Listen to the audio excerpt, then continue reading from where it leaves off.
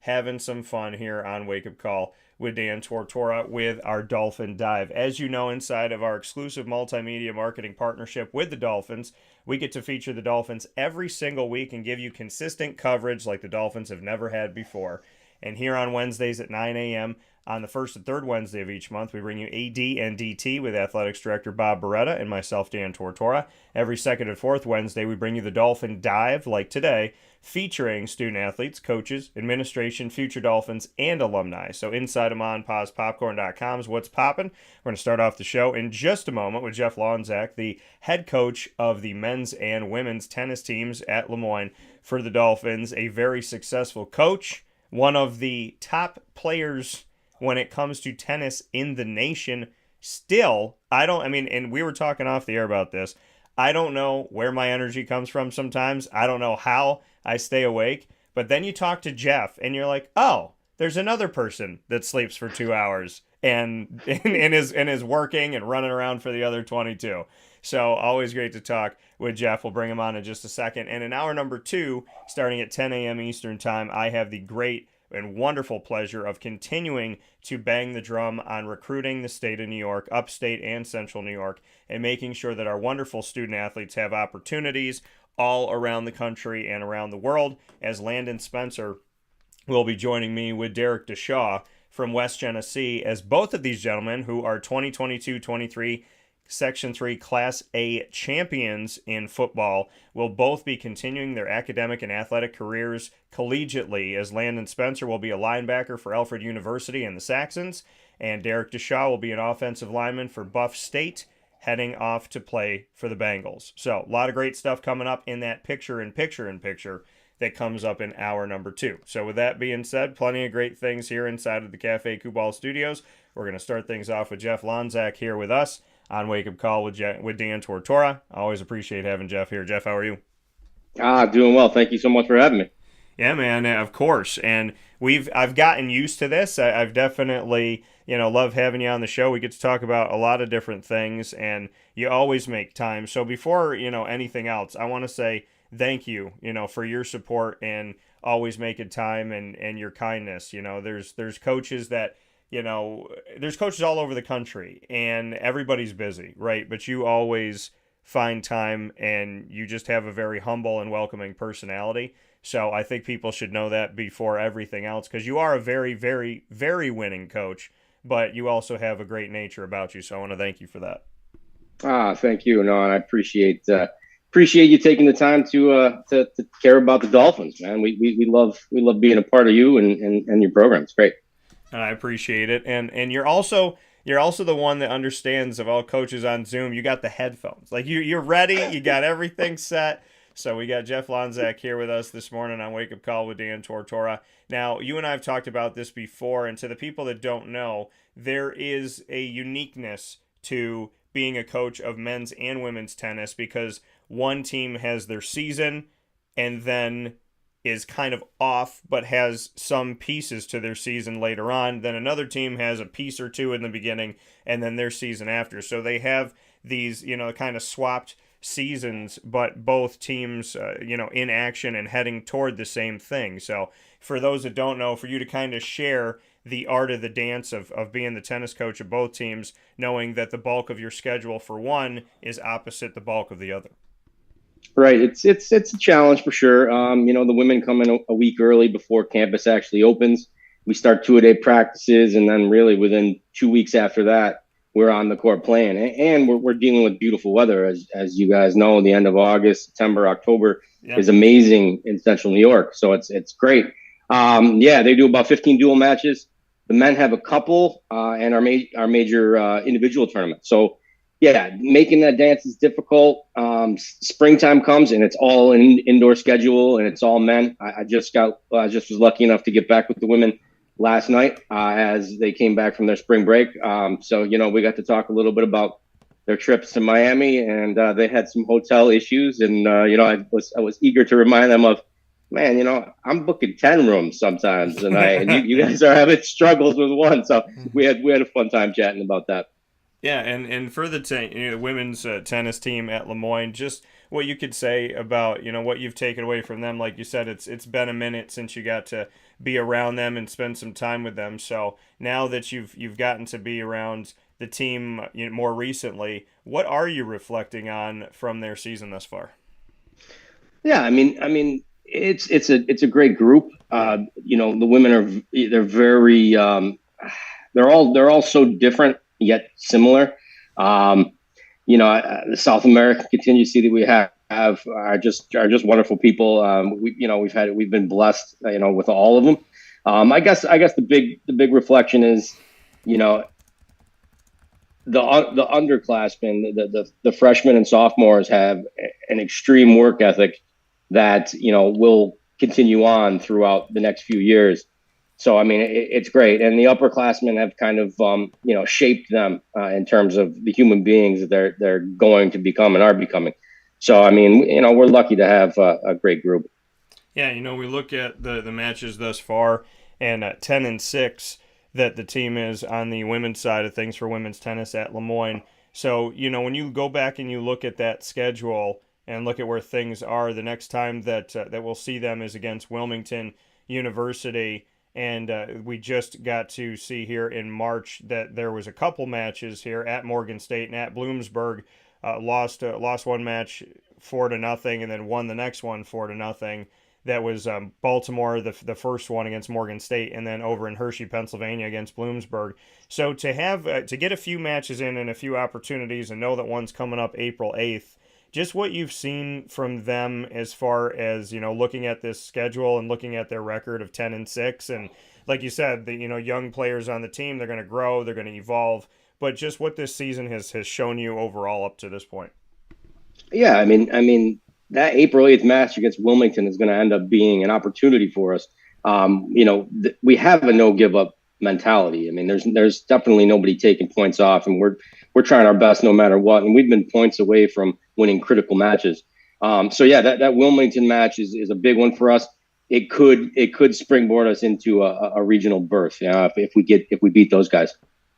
Yeah, so I mean, and that's the thing too. Like you were talking about, making it to the postseason and making regionals. Where is this team stacked up? Up against some of the other competition in the region, in the area, as far as women's tennis goes. How confident are you that in that victory over Wilmington, if that were to happen, that you can springboard yourself, like you said, into a regional? Do you think there's enough that's been put out there by this tennis team for the Moyne women's side of things to have a berth in the regionals? Yeah, I think so. I mean, I think we'll be right on the edge. If we get that victory, Wilmington's, I believe, 17th in the country.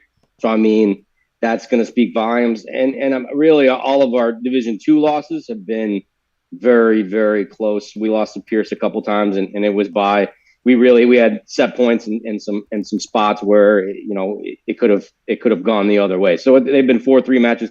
We've been close. Those guys are making regionals, and I think the level that we showed against them should hold some weight. Yeah, and that's the thing when you look at this. Even though the schedule starts so early, when it comes to women's tennis, and like you said, now you're in the thick of things for the men's side of it. There's this long game, right? This long road toward a potential berth.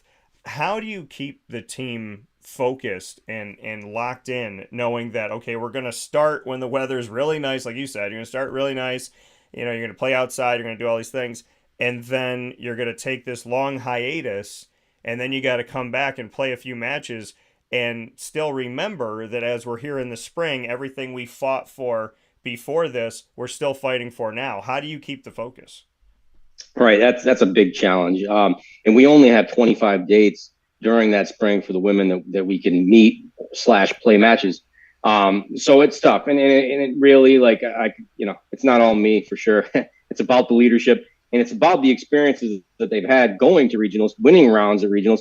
That they kind of, if it's a freshman, they'll tell them about that, and they want to do it, so they work hard for those reasons, for those opportunities. So I mean, it's not really me; it's kind of the leadership that sets the tone. And speaking here with Jeff Lonczak, the head coach of the Moyne Dolphins women's and men's tennis teams, here in this edition of Dolphin Dive, coming to you live on Wake Up Call with Dan Tortora inside of the Cafe Kubal studios. the roster wise, a smaller roster here, the size of the roster that you want for the women's tennis team, how do you kind of view that? I know you're willing to go all over the world for it, and you have, and we'll talk about that in a second, but would you like to add a few more pieces? Are you happy with the roster that you have, or how do you kind of view it right now? Yeah, no, I mean it's not always that easy in terms of getting to that number 10, because that's my ideal number. Yeah. And next year we'll be closer. I have a couple freshmen coming in, that'll do really well for us. But yeah, I mean, it's a little difficult in that, you have to kind of bridge your scholarship player with your walk-on player. Yeah. And the level, I guess, is quite a bit different. So it's trying to kind of, make I guess your walk-on, maybe local player understand and accept their role. Whereas, it can be a little different with the walk-on or with the scholarship player. Yeah, and when you look at your roster and you look at what you're willing to do, you and I have talked about this before, going all over the world for these players. You have players from Spain. Shout out to my family out there. So we have some players from Spain. We also have Ecuador, a couple players from Ecuador, Peru as well. And shout out to my little brother for the connection to Peru, Bulgaria, and then Baldwinsville, New York, right here in our backyard. So just, your willingness to go anywhere and everywhere to find the players that you want, to bring me into this roster and the eclectic group that you have, and the focus on a lot of Spanish-speaking countries that you brought in.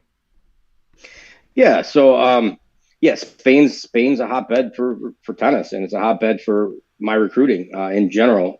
If you have, a top 200 junior in Spain, they're a darn good tennis player, and they could play for us, Yeah. So kind of knowing that and being able to recruit to that. And at the end of the day, too, a lot of the players that I bring in are direct referrals. So, I have another woman coming in from Bulgaria next year who's friends with Stella, and she's been living and training in a suburb of LA.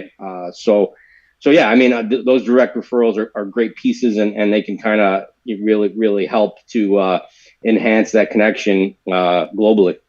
How good is your Spanish?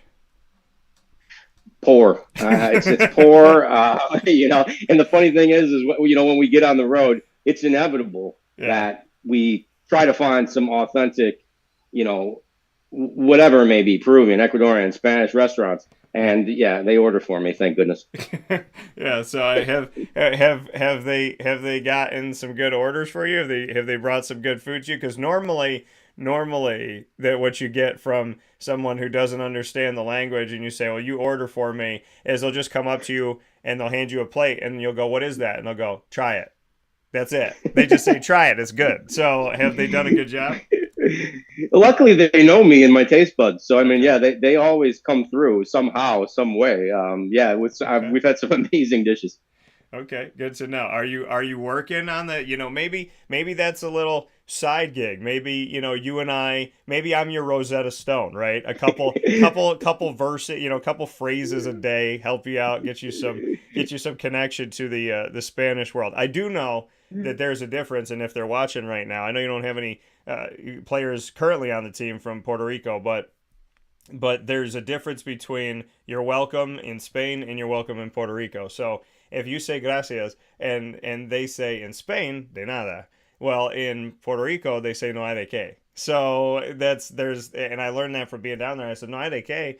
And he was like, yeah, that's how we say it. So there are some different kind of pieces to the, the dialects and whatnot, which is a lot of fun. But I love speaking the language. It's a beautiful language. It's a romance language. So, I would definitely, I think it's awesome that they pick your food, because they could be getting you some wild things and be like, oh no, coach, it's good. Right. I guess that's trust, right? But yeah, no, that's a funny thing. Like I say, hey guys, I'm gonna definitely enroll in a Duolingo course this year, and I'm gonna try to get better. And then they're like, oh coach, no, you can't. That's not how you learn. No, you just gotta come over and just do it. Like, All right. So they kind of they deter me from trying to learn the language in a way that I think I might be able to do it. Yeah, and I think that that's a direct warning that they don't want you to know the food that you're getting. No, no, no, no, no, no, no. Don't learn the language. So, Good point. Yeah, yeah, that's for sure. you don't need to know what we're saying on the bus, coach. Don't worry about that. So Right, right. yeah, I love that. I appreciate that. So going to the other side of things, on the men's side of it, as we are, in the midst of their season right now, the team is 6-1, and the only loss that you've taken was back on February 26th when you went up against a Division One program with the University at Buffalo, and you did that on the road in Buffalo. 6-1 was the match, and you and I were talking about this off the air, that there's this long streak that you had, and I'd love for you to share it with everybody because it is such an amazing thing. But that you're a coach that wasn't focused on the streak, you were focused on the competition, and I love that even more. So let people know what the streak was and why you were okay putting the streak on the line to play the talent that you played. Geez, I mean, this is terrible for me to say, but I really this is crazy because I really don't even know the number of the streak, to be completely honest with you. Yeah. I do know that it stretched back a long time in terms of Northeast 10 victories and region victories. Yeah. A few years, but yeah, I mean, for us, sure. I mean, it's streaks are cool, but we need to be tested. And those tests are what allow us to be the top of the region, the top of the conference annually, hopefully. So yeah, playing teams like Buffalo is only a great thing for us. We have to fight at every single position. Everybody has to play their actual position because a lot of times I make guys play up. Today, for instance, I'll make guys play up. So yeah, I mean, it's cool. Like we've accomplished a lot, and the loss to Buffalo, sure, I guess it ends a lot of wins in a row, but yeah, I mean, we're trying to get better. Yeah, and that's when you look back on that, it was a 23 match regular season win streak. So 23 in a row in the regular season.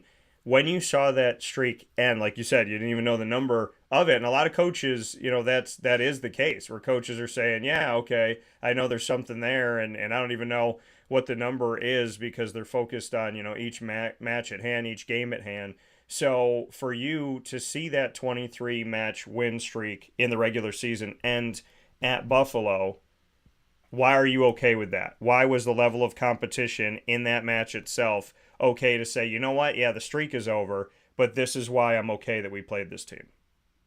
Yeah, it's funny too because they added a guy who was very good right before our match, and I really believe that if he wasn't eligible to play, we could have maybe pulled off an upset there. But yeah, I mean, we didn't play well across the board there. We had opportunities in doubles that we didn't take care of. And some of the guy, I mean, to be honest, our number one, we played this guy that was, had an ATP point or whatever, and Tom didn't play well and he was there. So, I mean, that kind of test, that kind of guy that you're playing, that's the type of person we're going to see hopefully down the road, if we make it to Florida. So, I mean, that test and that level of commitment, plus the guys get an opportunity to see, guess what? There's no screwing around by these teams that can play. They're not getting upset outwardly. They're keeping that stuff internal. Yeah. They're problem solving on a dime. I mean, all the decisions they're making through the course of a point are solid. I mean, that's what we took away from that. Yeah, and like you said, those teachable moments, those learning moments that, win or lose, you're putting yourself in a situation against a team, a Division I program, where you are testing the might of your team, how your team responds to adversity, how they respond to the talent that they're going up against. How does a loss turn into a win later in the season, essentially, reflecting on that? Well, yeah, I mean, it kind of turned into a win just a week later, when we were able to play Morgan State, another Division I team, MEAC school. Peter, who's a local kid, who's also a starter on the golf team, he played one against Morgan State, and I think he took what he learned from his loss against Buffalo to a really good Chinese player.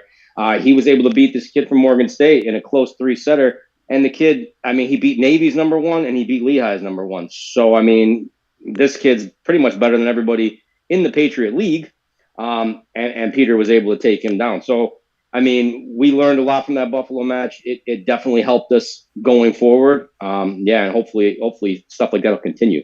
And we know that you got a match today. So at Elevate Fitness in DeWitt against Franklin Pierce. So just what your excitement is to get back there and, get back out and test the mettle of this team once again, as we know you have a match today and a match on Saturday that's going to be at home.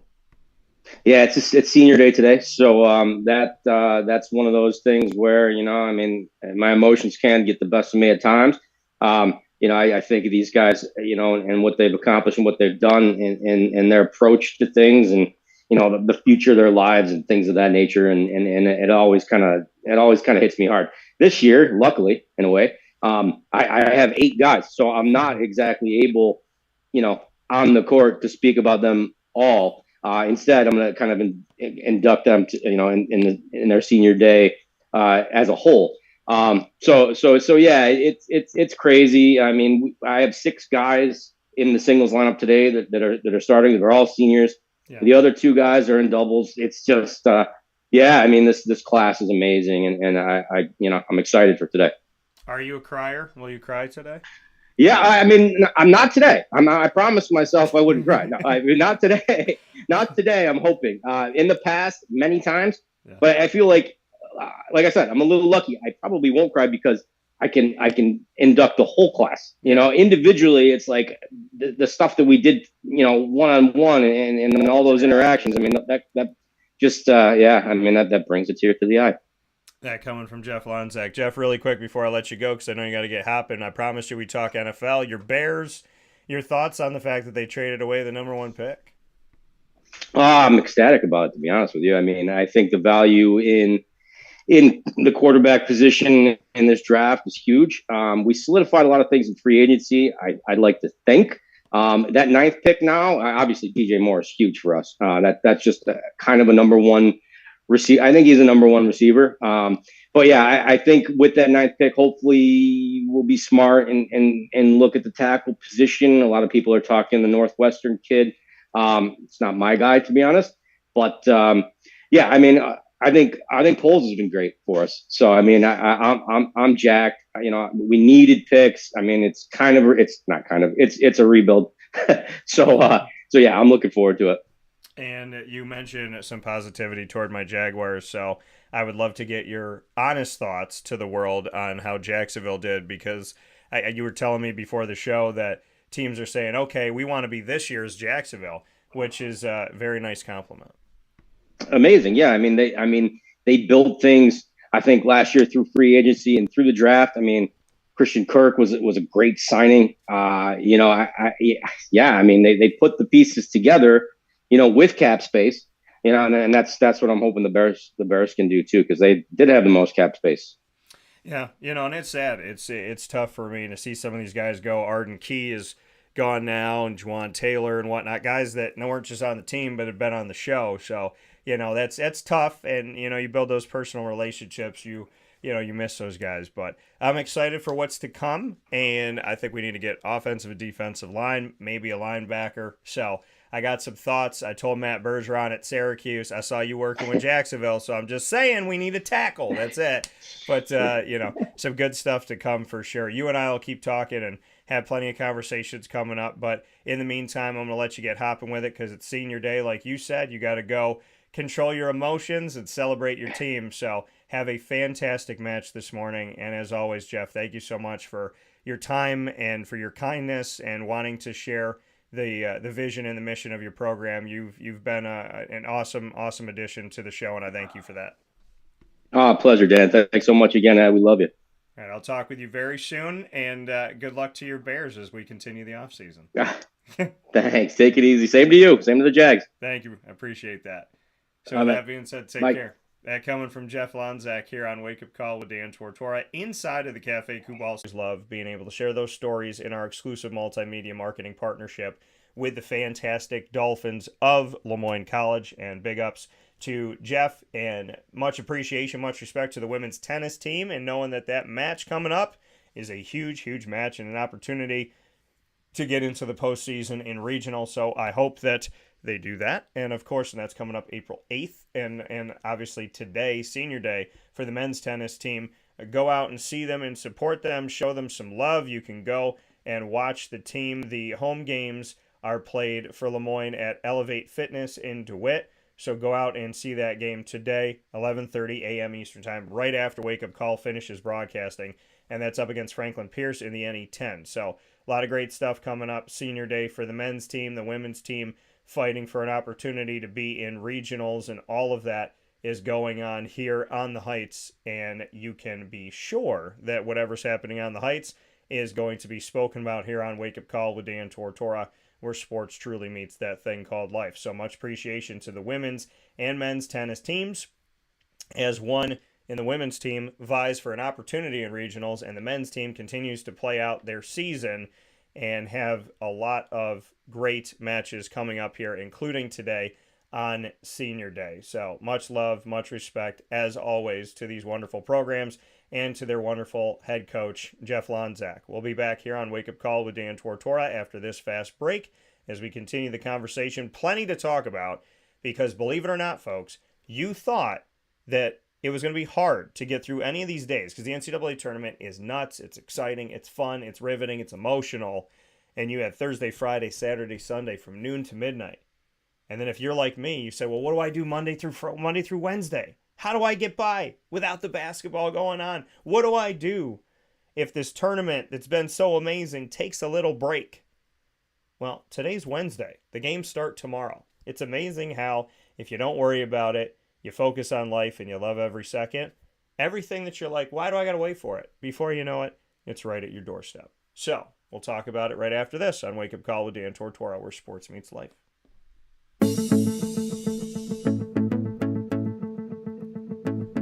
Avicoli's, located on the corner of Route 57 and Wetzel Road in Liverpool, New York, has been your trusted neighbor for decades. Located just steps from Liverpool High School, we're happy to have the Liverpool Warriors on-site, on-location broadcast at Avicoli's through Wake Up Call with Dan Tortora every single month, featuring student athletes, coaches, and administration throughout the year from Liverpool High School. Head out to Avicoli's today on the corner of Route 57 and Wetzel Road in Liverpool, New York, open Tuesday through Sunday for lunch, dinner, and drinks. We'd love to see you out there. And of course, you can call them at 315-622-5100 for takeout, delivery, and catering. That's 315-622-5100. And also find them on myavicolis.com. That's myavicollis.com.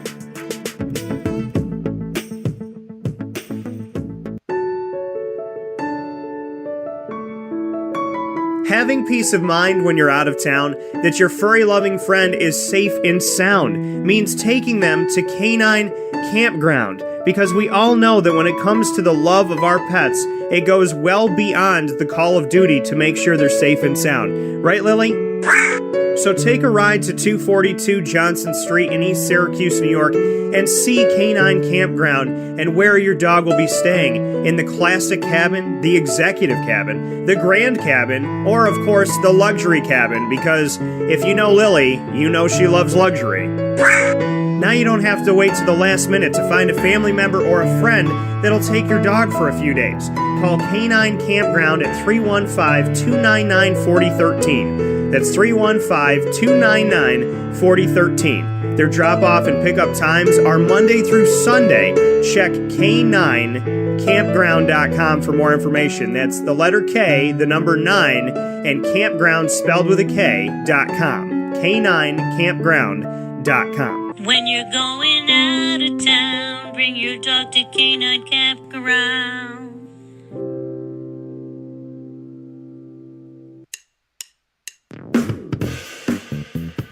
PB&J's Lunchbox, the food truck that you love finding all throughout Central and Upstate New York, now has a street-side cafe. So when you're craving their traditional favorites as well as their out-of-box amazing menu items, you can now head to 663 Old Liverpool Road in Liverpool, New York, located just minutes from the highway, the Thruway, Destiny USA, and Onondaga Lake Parkway. PB&J's Lunchbox Street-Side Cafe is there for you Monday through Saturday from 9 a.m. to 7 p.m., serving breakfast, lunch, and dinner all throughout the day. Get breakfast for dinner, dinner for lunch, whatever you fancy, including their award-winning grilled peanut butter and jelly sandwich. Find them at 663 Old Liverpool Road in Liverpool, New York. PB&J's Lunchbox, where we love to know what's in your lunchbox.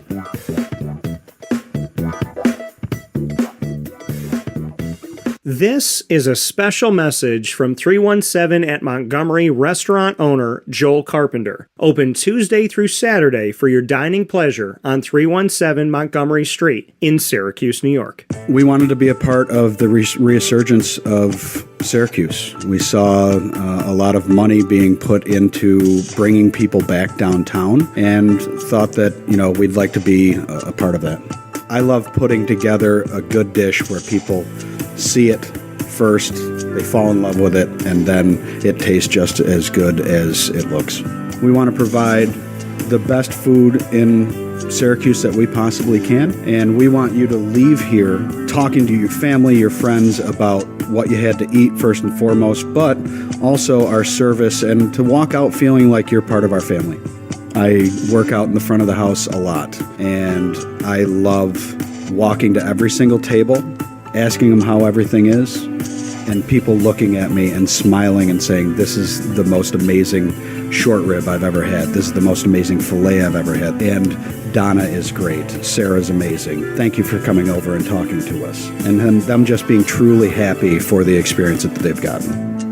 317 at Montgomery Restaurant, part of the fabric of downtown Syracuse, located on 317 Montgomery Street in Syracuse, New York. Open Tuesday through Saturday for a unique and memorable dining experience.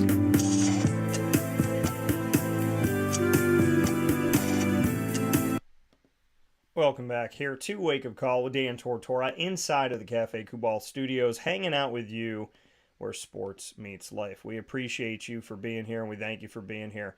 JB said, are you only sports? We're where sports meets life. We talk about sports and life all the time, JB. So that's the tagline for Wake Up Call. It's what we're about. So much appreciation. Many thanks to everybody that's watching and listening on the East Coast, the Midwest, the West Coast, and all around this wonderful spinning rock that we call Earth. We appreciate you being here with us inside of these Cafe Kubal Studios and inside of monpazpopcorn.com is what's popping. Coming up in less than 20 minutes, we will have Landon Spencer as well as Derek Dishaw joining me from West Genesee. As you know, we've done our West Genesee broadcast at the Wildcats Sports Pub for over 7 years now. And I've had the honor and the pleasure of working with wonderful student athletes and, of course, wonderful coaches. Shout out to AD Mike Burns and everyone over at West Genesee for your dedication, your hard work, and all of your amazing positivity that you bring to the culture here and the environment here in Central and Upstate New York and beyond. I appreciate it very, very much so. So, it means a lot to me and kind of leaves me speechless, to be honest with you, to be around good people and just to have people care and love and show up for their kids and show up for other people's kids is really a beautiful thing. So, I'm all about supporting local and supporting Central New York, recruiting the state of New York, Central and Upstate New York, and that's something that I wear on my chest very proudly. So today is a continuation of that and spotlighting Landon Spencer of West Genesee, linebacker, and Derek Dishaw, offensive lineman of West Genesee, as they will both be continuing their academic and athletic careers. They'll continue to play football, which I'm so proud and so happy for them. Landon is going to play linebacker for Alfred University for the Saxons, and he's going to stay in state. And we're going to have Derek Dishaw also stay in state. He's going to play offensive line for Buff State and the Bengals. So really excited to tell their stories and have us picture in picture on the broadcast at 10 a.m. Eastern Time this morning as the 2022-23 Class A champions in Section 3 will be joining me. So right before they head to college, they get to call themselves champions, which is a beautiful thing. So we'll be discussing that with them, and I'm really excited to do that here in just a little while and talk about their friendship and their connection. So a lot of great stuff coming up on Wake Up Call. And of course, there's a lot of great things that are happening, a lot of interesting things that are happening in the sports world. And, you know, a lot of amazing things that are going on here. So last night in a crazy close game in the World Baseball Classic Championship, Shohei Ohtani showed out again, but not for America this time, for Japan, as Mike Trout. I mean, think about this. Shohei Ohtani and Mike Trout on opposite ends of the spectrum, right? And not opposite sides of the field, I should say. So they're going up against each other in this World Baseball Classic when typically they are right there together. And so, you know, that's the thing about what the, you know, things like the World Baseball Classic and the Olympics and whatnot, is that these teammates and these players that compete for the same country or players that compete on the same team are now in situations like the World Baseball Classic. They're on opposite ends. And Shohei Ohtani is a champion. Mike Trout is not. The game was 3-2, Japan over the United States. Very close game. Awesome to, you know, see how tight this was, and, you know, that we actually got to, you know, see a good game, because that's what you always hope for, right? You hope for a good game. Whatever it's going to be, you hope that you get a good game. And in the World Baseball Classic Championship, we got a good game. And, you know, this to me is in the thing. I mean, you look at this too. You look at how respected these players are, right? You look at Mike Trout and you look at Shohei Ohtani, and their teammates on the Los Angeles Angels. So, you know, it's you know, that's really the story within the story, right? Is that here are not only two players that play in Major League Baseball, but they're teammates. They're both Los Angeles Angels. They're both together throughout the year. But in the World Baseball Classic, one's on the mound, one's at the plate, and they're going up against each other. And Shohei Ohtani showed out over Mike Trout and the United States, as he is now a champion, and the U.S. loses by 1 run in this. So it's the uniqueness of the story, really, and just the craziness of seeing something like this, that we get to celebrate and we get to see these moments. And yet, you know, as we celebrate and see these moments, it's sad for one and it's happy for another, you know. And so, I mean, it's congratulations to Shohei Ohtani and it's congratulations to Japan. And at the same time, it's, you know, it's tough for America, but it is a beautiful game. It's been a beautiful World Baseball Classic. I know a lot of people were excited about this and getting to watch it and getting to see America advance all the way through, which obviously keeps a lot of eyes and ears on it here inside of these 50 states that make up the United States of America. So, you know, of course, the World Baseball Classic, people pay attention. But when you have the opportunity to see your team go forward, then people are obviously paying a little bit more attention to what's going on. So, you know, it's a tough ending and it's a sad ending for America, but at the same time, it's a beautiful ending for the fact that they even got there and got to celebrate and be a part of this championship game. And I understand that, you know, people tell you all the time that there's no such thing as a moral victory. And,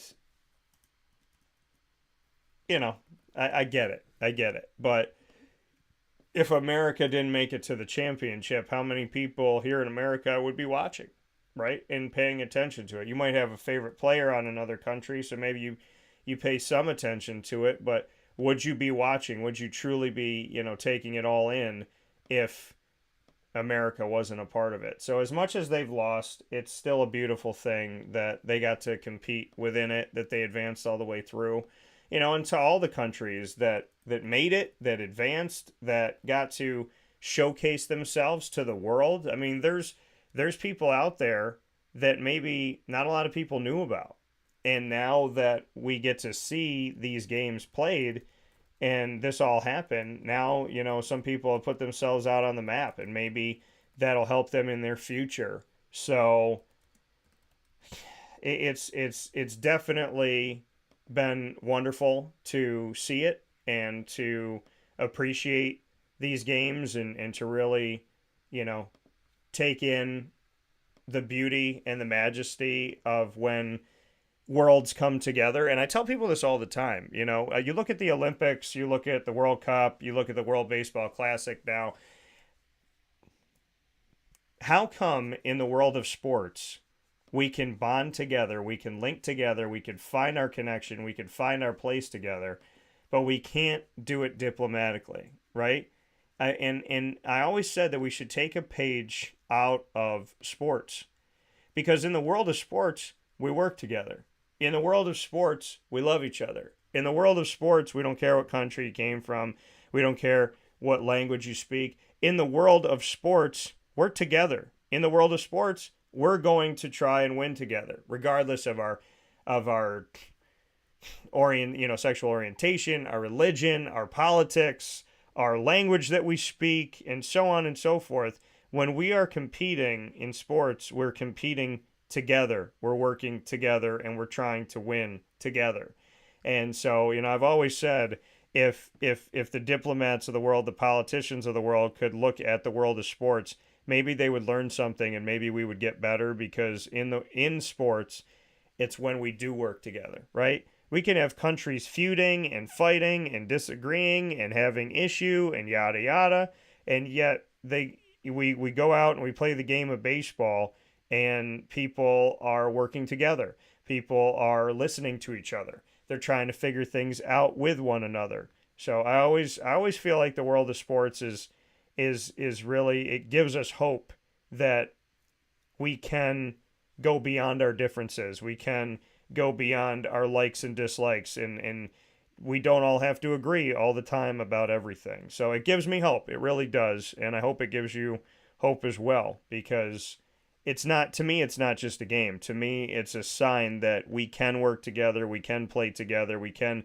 be in each other's company and find a way to move forward together. So I love it for that reason. Whoever wins, I love it that I think in a way we all win, because we're seeing, worlds collide, and nobody's fighting, right? Nobody's doing anything bad to each other. We're just watching these games. We want to see who the best is. We want to see the competition. And, I think we had great competition. And seeing the United States go up against Japan, it brings me back to when the World Cup happened, and it was super heartbreaking then as well, because in the World Cup, we saw just a little bit ago, we saw the U.S. women's national team go up against Japan. I remember my grandma was still alive. I was in her house, and I was watching the game on her television in the living room, one of the 3 living rooms I grew up in. And I was watching it, just sitting there, taking it all in, and I was heartbroken that was a close match. I think that was 2-1.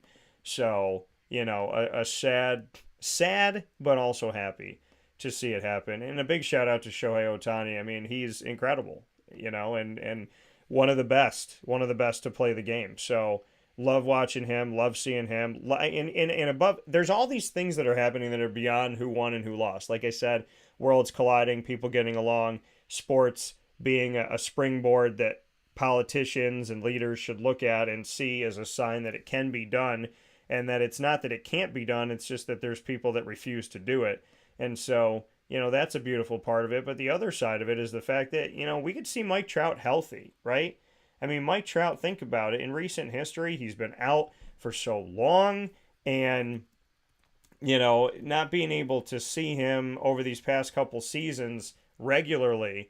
And we got to see him in the World Baseball Classic. We got to see him in a really unique and special way. And I think that that's another win for baseball. It's another win for America. It's another win for the, fantastic sport that these players get to play, that we get to see this occur. and see the way that it's occurring. So I'm super, super happy for Mike Trout and to be able to see him and get to enjoy his presence and enjoy everything that he's brought to the game. So much love to Mike Trout and much love to obviously Shohei Ohtani and to everybody that competed on these teams and the fantastic work that they put forward. I'm super, super proud, and I'm not upset at all, that America didn't win, because I think in a way everybody wins when we get to see this type of majesty that's played and to see the sport be so connected. And I love it. And I think for Shohei Ohtani, it's got to be a beautiful thing, right? To play in America for Major League Baseball and to still be able to represent your home country. So, I mean, he gets the best of both worlds, which a lot of people do.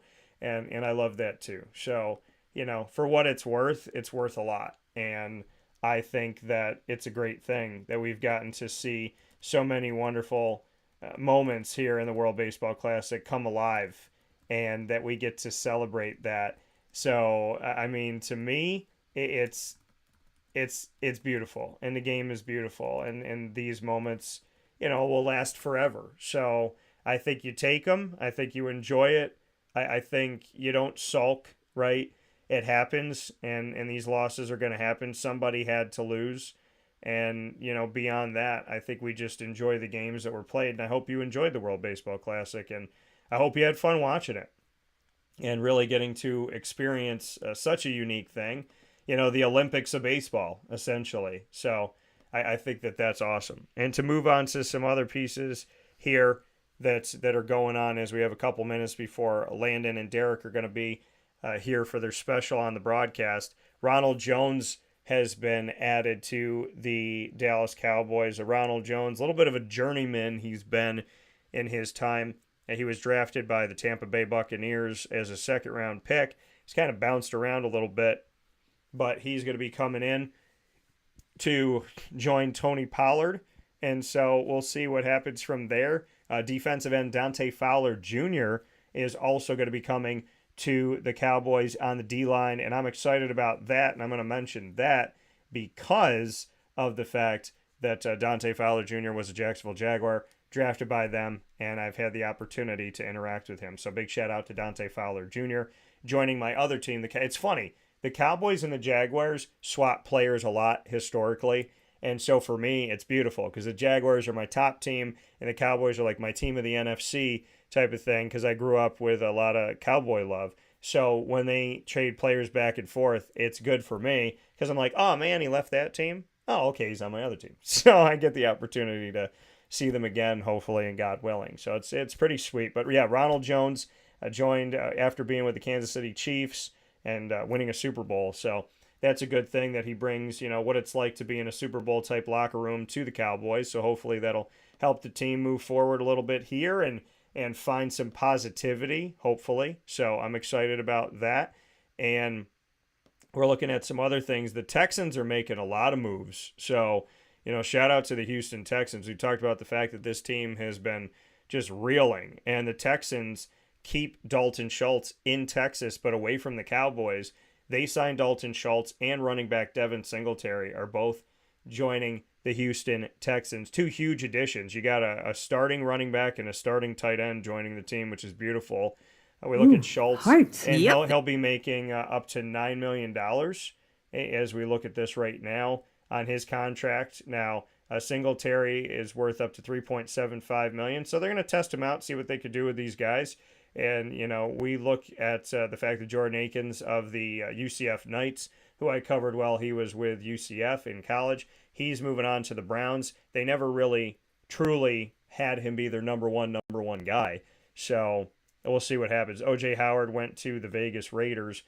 So we'll see. I mean, think about it here. People think that some of these players have been around forever. Dalton Schultz is 26. Devin Singletary is 25.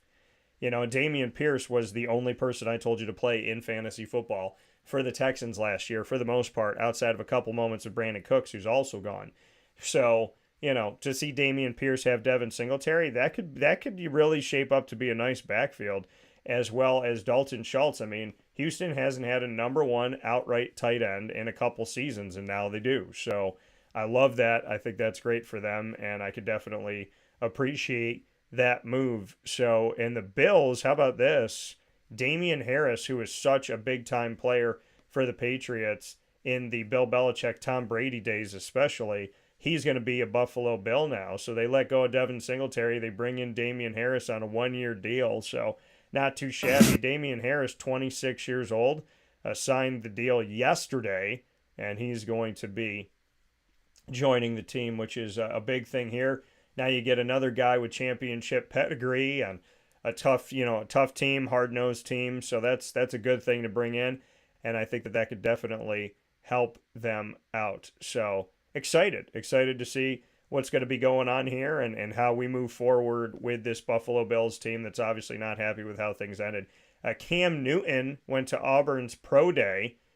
So, sometimes Pro Day is usually for those rookies to get themselves into the NFL, and other times Pro Day says, hey, you played for us, you competed on our team, come back, hang out with us, and show us what you got. And that happened with Cam Newton here on Tuesday. Now, he went back to Auburn to do his thing, and he was invited to throw by his younger brother, Kalen, a former quarterback at Howard who finished his collegiate career as a wide receiver at Auburn and William & Mary. So awesome here. Kalen said, quote, "This was him showing love to me. He doesn't owe anybody anything. He's had an amazing journey, an amazing career in the NFL. He has nothing to prove to anybody. He came to show his ability, show he still has it."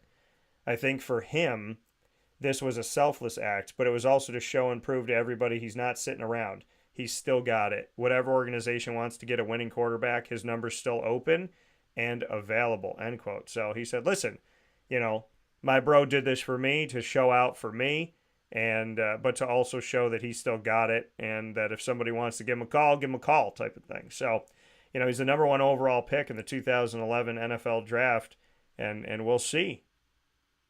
And in a video post to Twitter, Cam Newton said, quote, "Tell me how these randoms keep getting jobs. Don't worry about it. I'm going to show you. I can't wait to show you," end quote. So, we'll see after a year away if Cam Newton will make his way back into the NFL, or if he'll be one of the quarterbacks that doesn't, the Jamarcus Russells of the world, and Colin Kaepernick, who we hear about but never ends up coming back into the league. So we'll see what happens as we step forward, but good for Cam to get out there, good for him to help out his brother, and hopefully things work out for the whole Newton family as they move forward in their respective careers. With that being said, we're going to take a step aside for a fast break.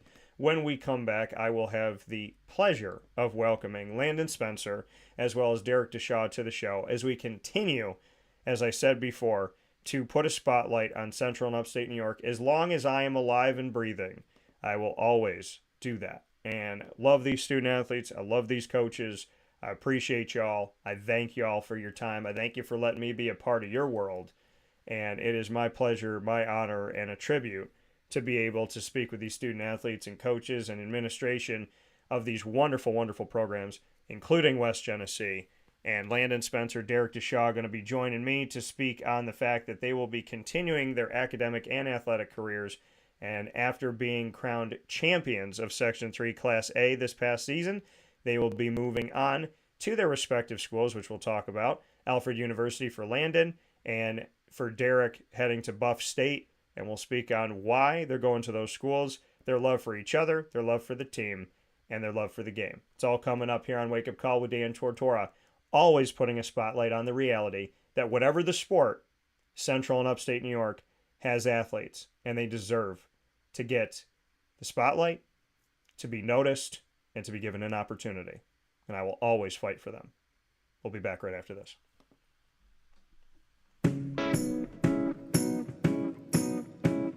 In these unique times, there are those in our community that give us a sense of normalcy and positivity. Pizza Man on 50 Oswego Street in Baldwinsville has been here for you for over 35 years and is here now. Call 315-638-1234 or order online at pizzamanbville.com to bring those familiar tastes into your home. And remember to come see our monthly on-site broadcasts centered around the community and our Baldwinsville Bees. Pizza Man in Baldwinsville. Any way you slice it, they are always here for you.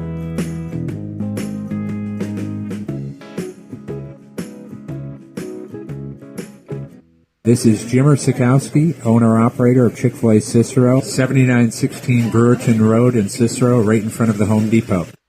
I had a deep feeling that God wanted me to do something bigger with my life and to help people, help others. I kept putting Chick-fil-A in my life, and I realized as I was going through the franchise selection process that positively impacting the lives of others was really core to what we do here at Chick-fil-A. First of all, it starts with the food. The food is brought in fresh daily. We bring in local produce. We prepare to order in the kitchen. We hand bread our chicken. We hand spin our milkshakes.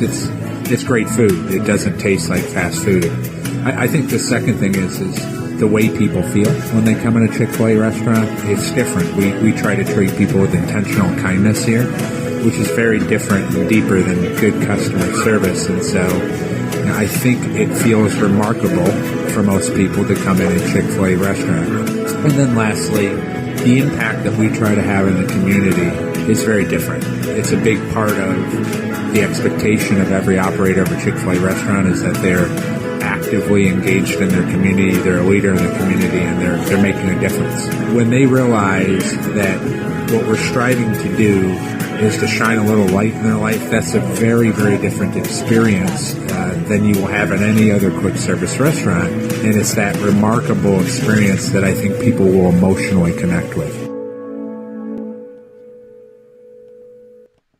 I'm George Townsend of Honda City with some good advice when buying a new car. The true cost of owning a new car is determined by the appraised value when you trade it. No vehicle appraises higher than a Honda. Next, look for low APRs and deep discounts. You also want low maintenance costs and great fuel economy. That's why my advice to you is to buy a new Honda. Looking pre-owned, visit our Honda Certified Used Car Center. Honda City, 7140 Henry Clay Boulevard, Liverpool, or HondaCity-CNY.com. It would be a pity if you don't shop at Honda City.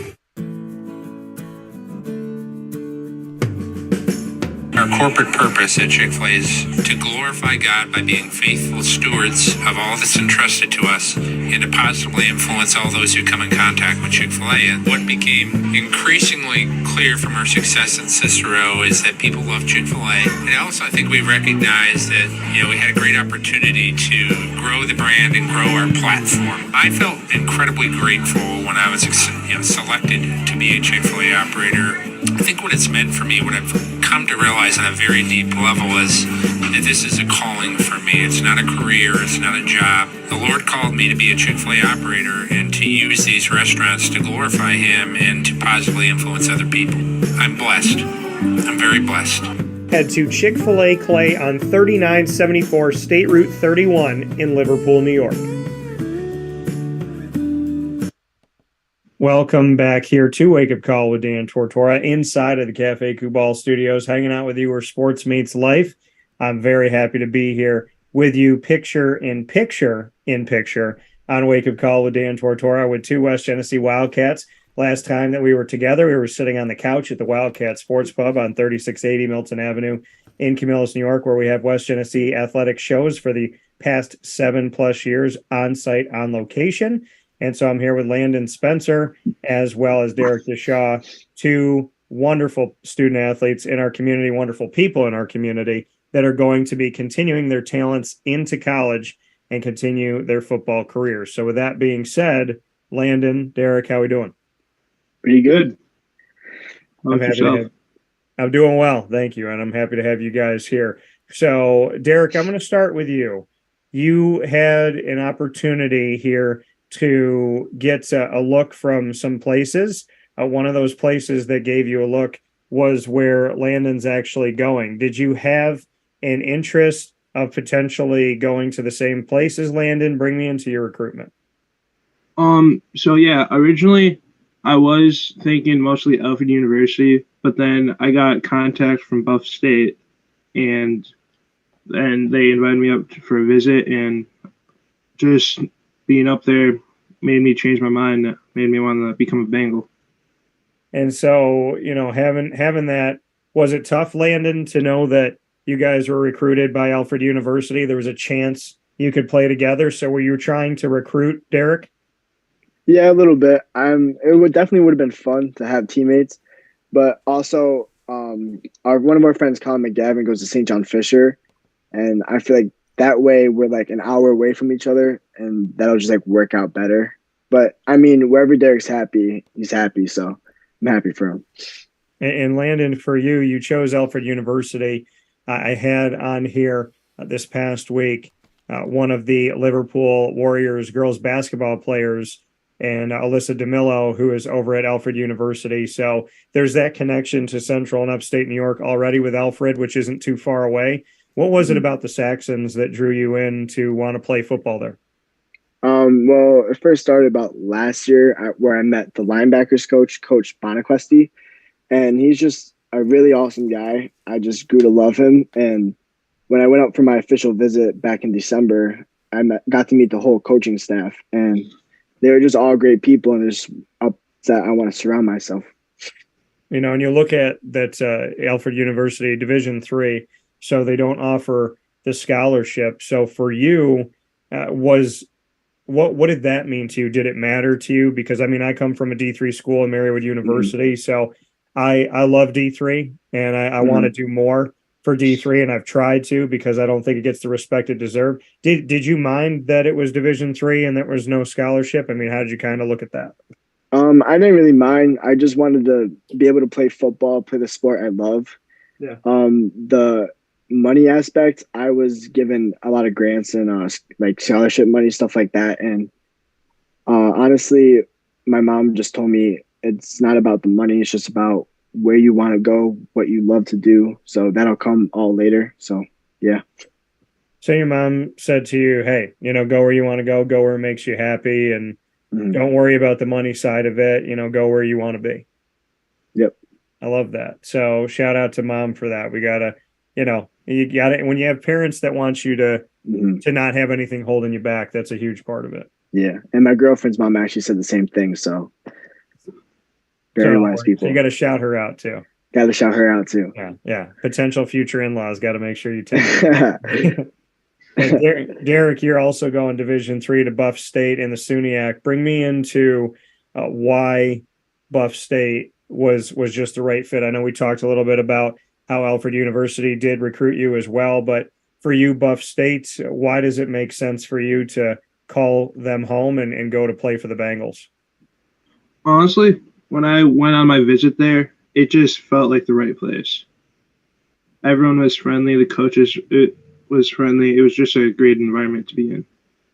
And when you talk about everybody being friendly, what can you say about, you know, maybe how it was different than another place? Because, you know, some people say, hey, you know, this place was really friendly. Everybody was great. But at the same time, you know, they could maybe see through it. What made you believe that friendliness was real? So when I went on the tour, they did something different that other schools that I had visited had not done yet. And that was they split the parents up from the recruits. And then the recruits just went and hung out with the players and some of the coaches on the visit and just got to see the campus that way.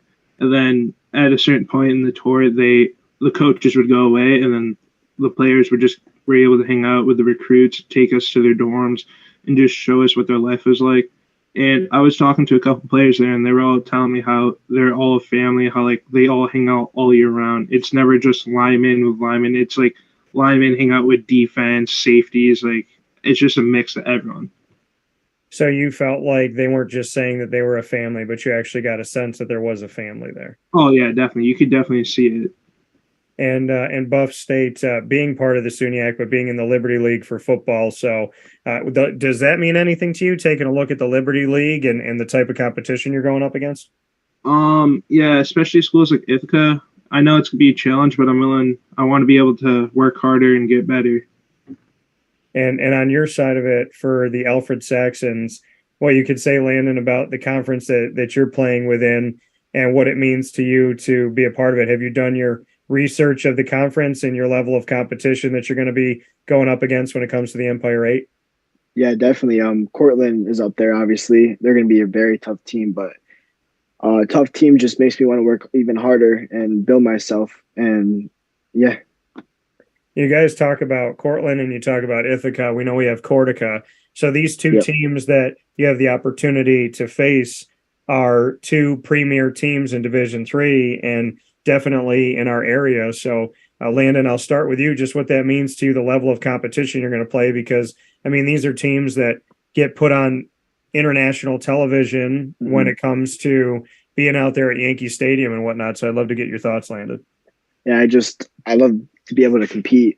I love that, to be able to go into a to be able to go into a conference where there's not a single team that's like really bad. Like, you're always going to have a good game. And that's kind of how it was for like Class A Section 3 for high school. Like, there was never a boring game. Like, it was always a competition. And like every single year, like there's a different champion in Class A.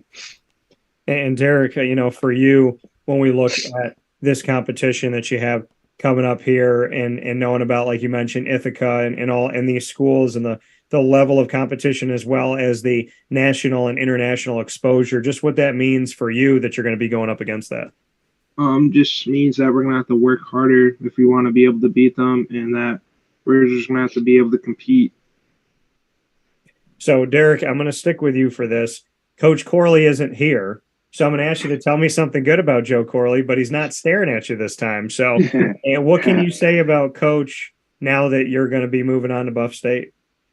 First off, I'm gonna miss the guy, because he was my lineman coach for my whole time.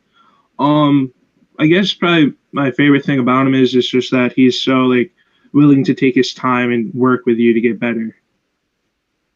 And when he's worked with you to get better and taken his time with you, what are some things that maybe you thought you weren't going to be able to do that he asked you to do that have come through now? Like, what is something or a few things that you thought, hey, Coach, like this is as good as it's going to be? And he was like, no, I see more.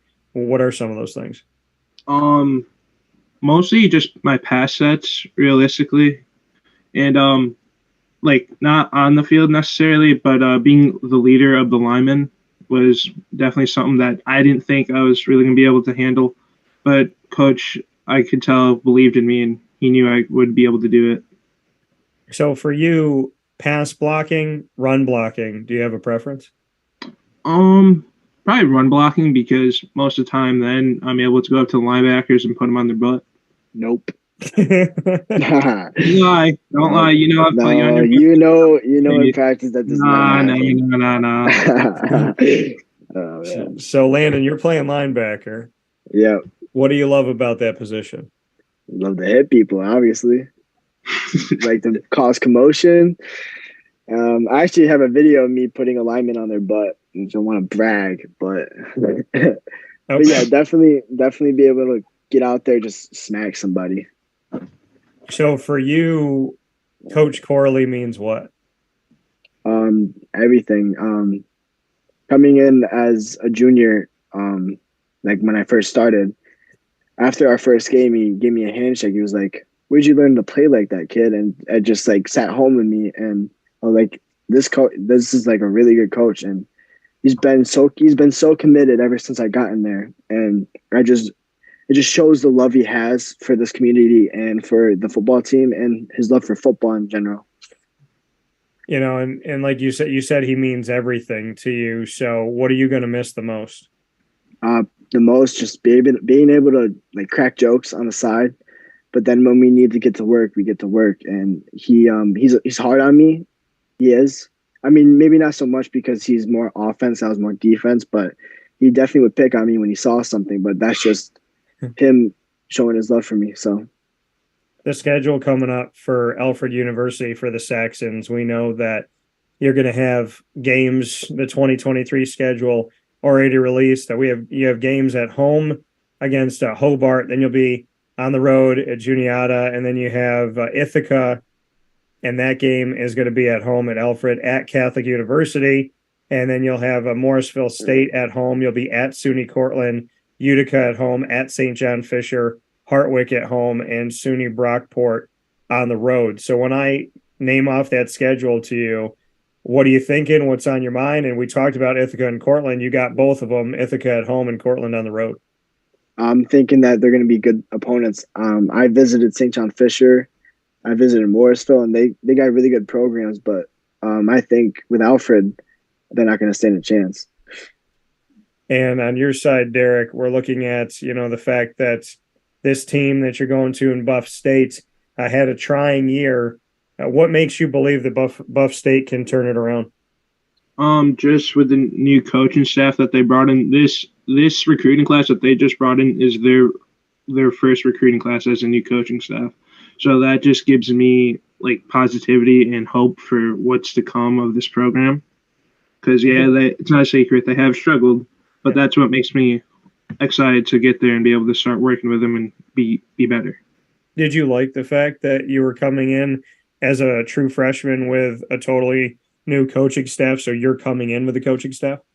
Yeah, I did like that idea because I believe that, they're willing to give everyone a chance and not just going to stick with the seniors because, they're new coaches, so they got to give everyone a chance. Yeah, no, and seeing this opportunity for you to have that newness and to be a part of it, you all get to start your chapter together. What are you most excited about when it comes to starting this chapter? And Derek, I'll start with you.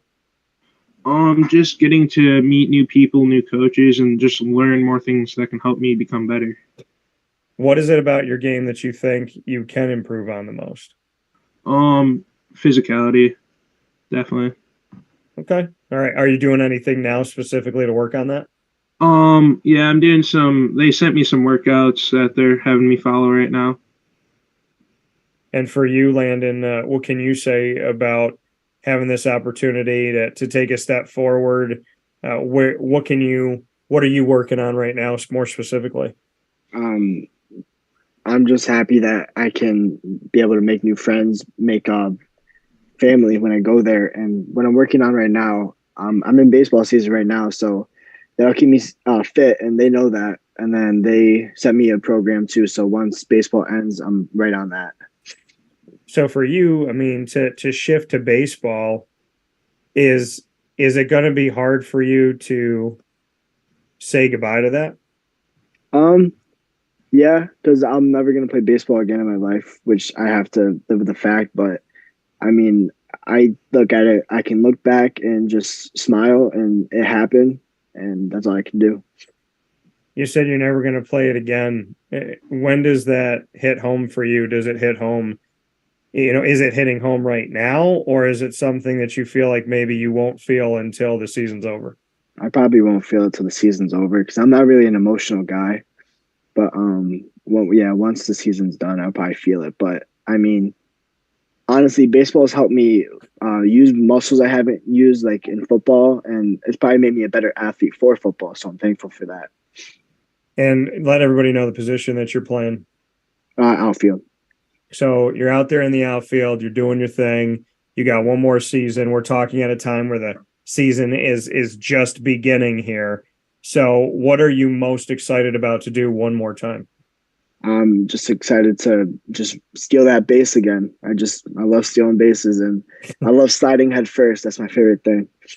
Especially laying out for a ball in the outfield if I have to dive. Derek, are you playing any sport right now? Not right now. No, I just finished up my wrestling season, actually. So bring me into the wrestling season and let's reflect on that. Are you planning on doing any more after this, or is this the heartfelt goodbye to wrestling? This is going to be the heartfelt goodbye to wrestling. So originally I didn't want to do wrestling my freshman year, but that amazing coach, Coach Corley, pushed me into doing it because he knew that it would help me become a better lineman, which in the end, it really did help me. Where do you think wrestling helped you the most in being a better offensive lineman? Balance, definitely. Okay. All right. Awesome. Landon shaking his head yes, so I like that. So you guys have an opportunity here to step forward and represent Central and Upstate New York. You know that recruiting Central and Upstate New York and getting a focus, a spotlight, not only on the teams collectively and on the schools, but that on you all individually is imperative and very important to me. Derek, I want to start with you. As somebody who's been recruited out of Central and Upstate New York, what do you want to tell the world about why people should come up here to look for talent? Because you never know what you'll be able to find.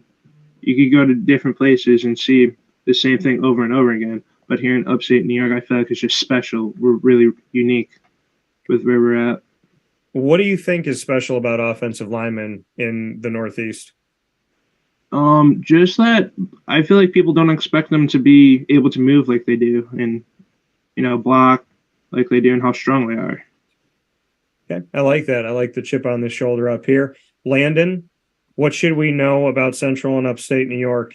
What do you want to share with people?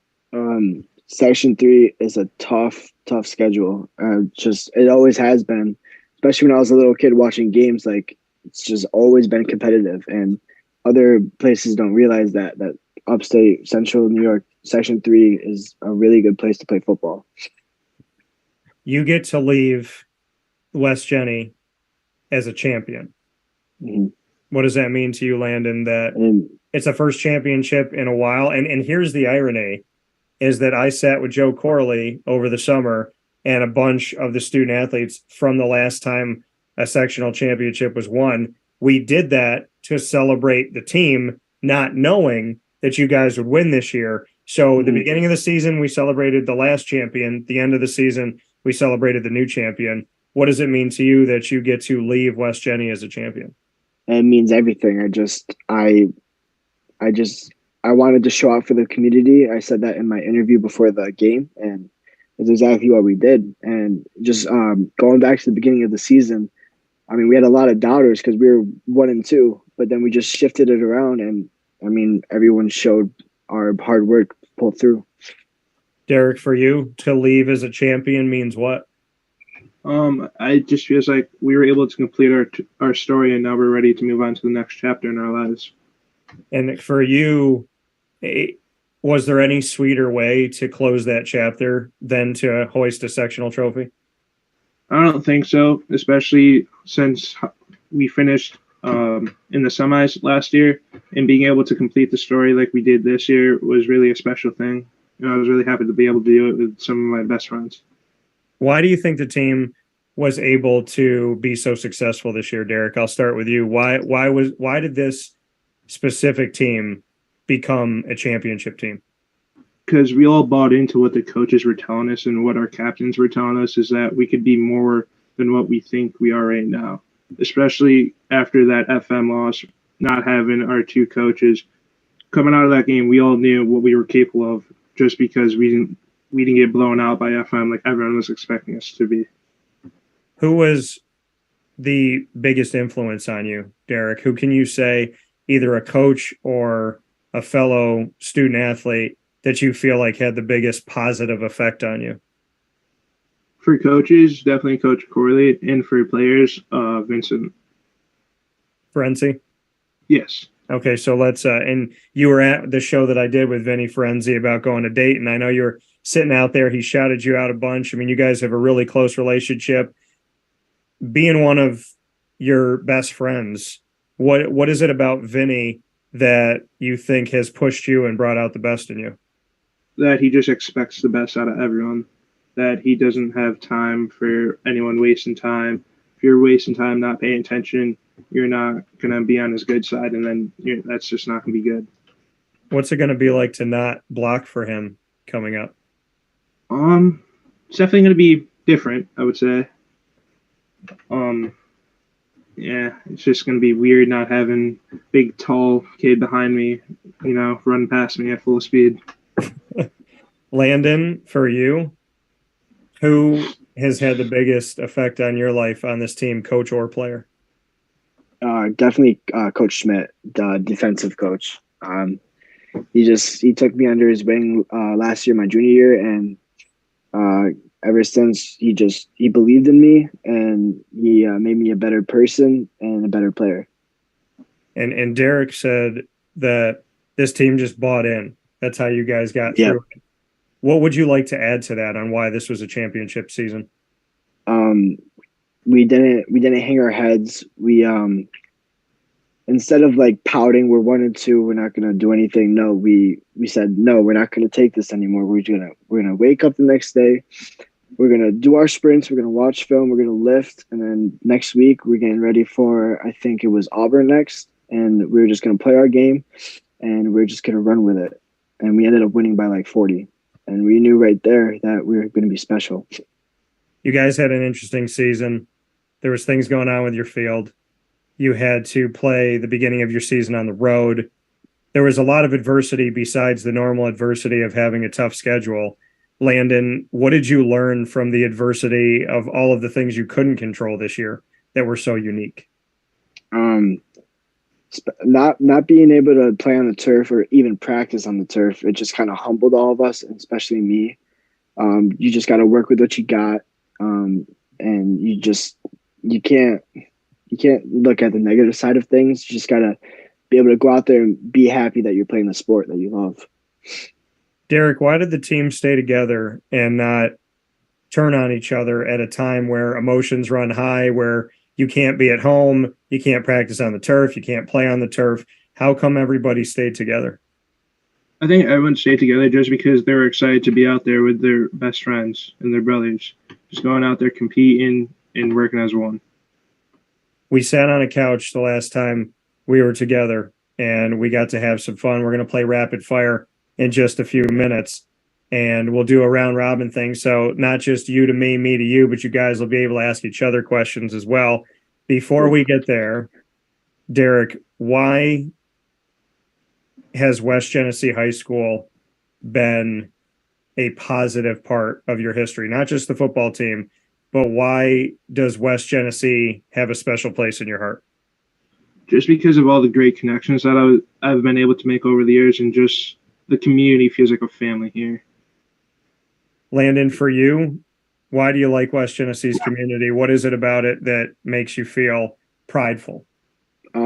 Well, for sports, the student sections, pretty much every sport, there's always a ton of people that pop out and show the love and support. And definitely not even students go to the game, like community members will go to the game. And that's just what it's all about. And then especially in school, like everyone pretty much knows each other, and you say hi to your friends in school, and it's not weird, and everyone is pretty much friendly. Yeah.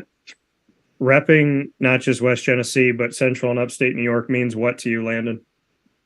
It just means everything. I mean, I love that we have rivalries with like Beeville and CNS. I always love those. I always cherish those because it's honestly fun. I love to compete, and deep down, I know that we have respect for each other, and that's what makes CNY special. Derek, for you, knowing that you're representing this community as a student and as an athlete, what does that mean to you? We talked about the importance of recruiting the area. Why are you proud to wear Central New York and Upstate New York on your chest?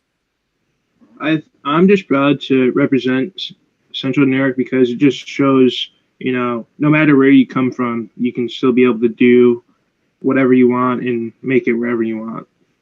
Here on Wake Up Call with Dan Tortora in this West Genesee Spotlight Special. We've done a ton of these over 7+ years with the Wildcats. Landon Spencer, linebacker, heading off to Alfred University with the Saxons, and Derek Dishaw, offensive lineman, heading to Buff State with the Bengals. Right before we get into rapid fire, I want to jump into who you guys maybe model your game after or look to. Derek, favorite offensive lineman out there that you maybe model your game like? Trent Williams. Okay. Why? Because of the power and speed I play with. I like that. Landon, linebacker. Is there somebody that you like in your game too?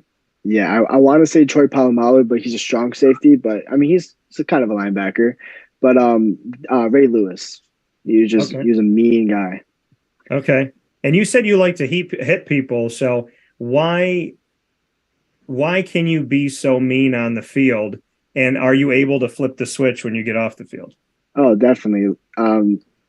I mean, in practice, I'm not as mean as I am in games. I feel like it's just once I step on that field and it's game time. I'm just a whole nother person, and I'll go after you.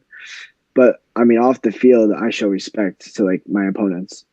How do you channel that? How do you kind of flip the switch and say it's time to be, you're Bruce Banner off the field, you're Hulk on the field. How do you flip that switch? Definitely like listening to music before the game, like that helps. And then Coach Schmidt always says you got to stare through walls. So I'll kind of just sit before the game and kind of just like think to myself like, this who do you want to be? Like, what are you gonna do with yourself? Like you got to like make it happen now. And I just kind of get in the mindset, and then I do like think of like things that kind of anger me, but like, I mean, who doesn't if you play football? Yeah. And Derek, for you, now we know pancakes as something that are wonderful to eat if you make them correctly. As an offensive lineman, it's describing the end result of a run block by an offensive lineman that sees a defensive player end up flat on their back. What about you? Can you flip the switch on and go from this quiet, reserved Derek Dishaw into somebody who's eating pancakes on the field? Definitely just putting on the helmet. Once that helmet goes on, my focus, my mind shift just all changes. And because we take walks to the field as a team, so having the helmet on, taking those walks, getting my mind right, really just sets my mind in the right place. Landon said it's music. You say it's your helmet. What happens in your body when you put the helmet on? Is it just kind of like once you feel it on your head, it's something inside of you says, okay, we're flipping that switch? Like how do you flip your switch? So when I put that helmet on, it can be really loud in the locker room, but once that helmet goes on, quiet. I don't hear anything. I love that. I appreciate that. See, talking to you guys now and over the years, the more I talk to you, the more I'm like, man, I would have played with you guys on the field. So with that being said, let's play rapid fire. So I'm here once again, Landon Spencer, linebacker, heading to Alfred University via West Genesee with the Wildcats. And we have Derek Dishaw, who's heading to Buff State with the Bengals, coming from West Genesee's Wildcat team. We've been at the Wildcat Sports Club, and now we're here on Wake Up Call with Dan Tortora once again, but in the morning during our normal scheduled broadcast here inside of the Cafe Kubal studios. We're gonna go around and then back. So Landon will ask me, I'll ask Derek, Derek will ask Landon, and then we'll go back around the other way. So Landon, you got the first question to me. Oh, cool. Let's see. What's your favorite like go out to eat dinner? Like what will you order? That's a good question. I probably get seafood. If I'm a big seafood guy, I like stuffed things. So at 317 at Montgomery in downtown Syracuse. Oh, that's funny because it just popped up over my shoulder. I do that on purpose. So shout out Joel Carpenter. Joel must have jumped in here and got the controls. But yeah, he has a crab and scallop stuffed sole, and with like his own seafood sauce on the top, and the rice is like a texture I've never had before. That thing is incredible. I actually taste tested it on one of our Downtown with Dan episodes, and everything about that dish, like when I think about it, I just kind of want to like melt in my chair. So I'd probably say that one. And shout out to Joel on the timing of that logo. I like that. Yeah, All right, awesome. Derek. All right, Derek. Let's see. What is the most memorable trash talking moment you've had on the field that you've either said or someone said to you, and then you responded with something big? Ooh. Well, it definitely wasn't trash talk from in-game, because I know the moment I'm thinking of, but I don't remember exactly what he said to me.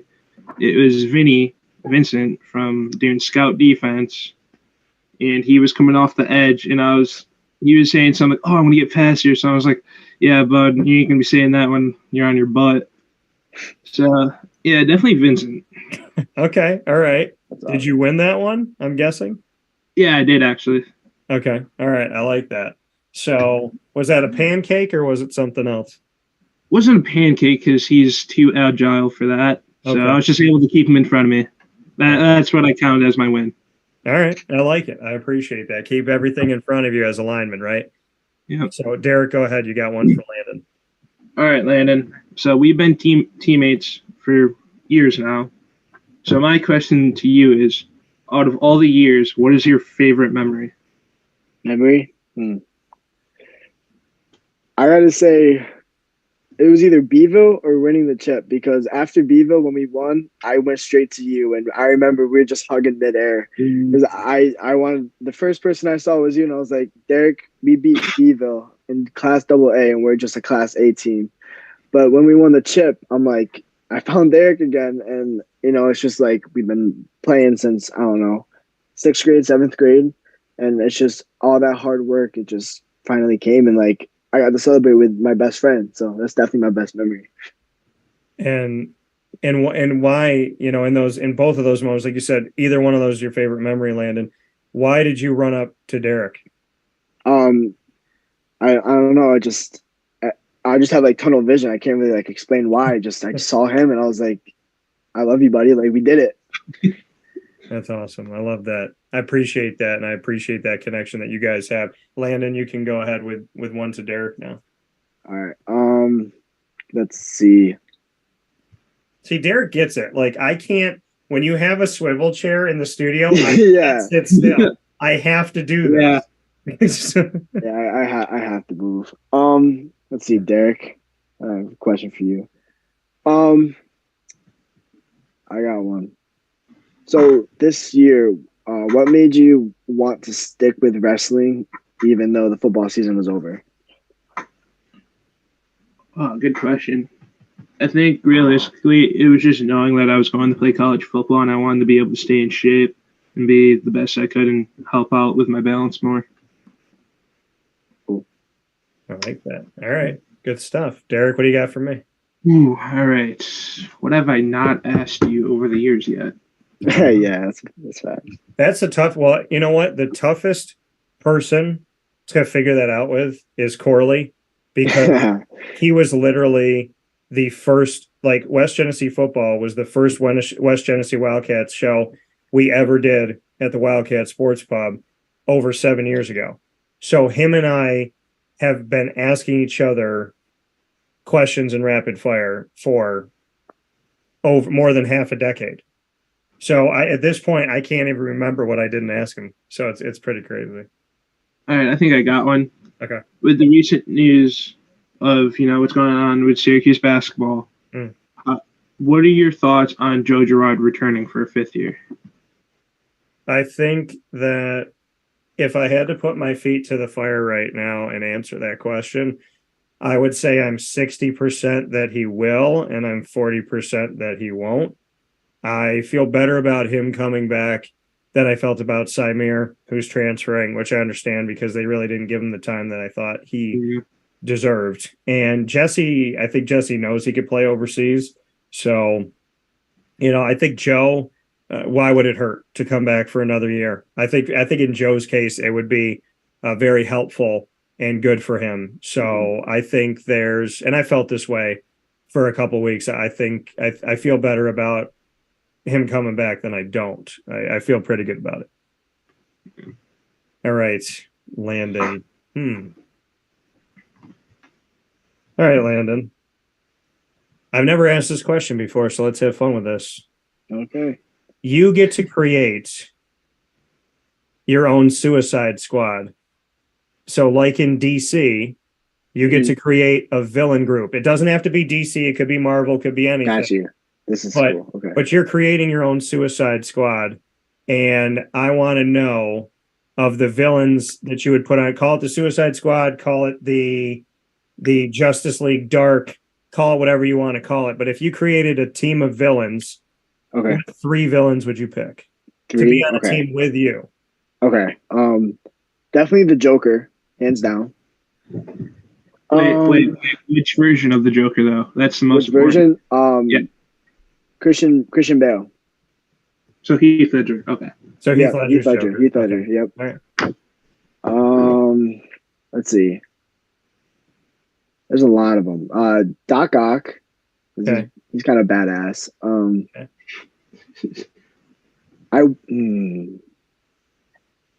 I would pick probably Thanos. Okay. Because he's kind of, if he's got the Infinity Stones, I don't know. So you got Thanos, you got Doc Ock, and you got the Joker. Yeah, I think that's That's a pretty It's awesome. a good blend. So It's a good blend. I'm going to let y'all have a bonus one for each other. I'm going to go get something off of what you said. So I'm going to walk out of the studio into my office and grab a prop here. Landon, you get to ask Derek another question. All right, cool. Go ahead, buddy. All right, Derek. Let's see. What question do I have for you? You want to lift tomorrow? I can think of a good one. Let's see. Okay, so say like a zombie apocalypse happened, and you have to pick. He's not paying attention. Oh my gosh, that's awesome. That's really cool. All right, I'm gonna ask this question. So, zombie apocalypse. You have to pick three friends to like that are like barbaric and stuff like that. Like, who would you pick? Okay, I think me and you both know who the obvious first choice is. I know. Here. Come on, you gotta say it. Yeah, Jerry. And then I think I'm gonna have to go you, of course. Okay. And then one more person. Yeah. I'm gonna take Coach Schmidt. Coach Schmidt. Oh man, that's good. Nice. For a zombie apocalypse. Yeah. All right, Derek, you get to ask one to Landon. All right, Landon. That's awesome. Thank you. You're welcome.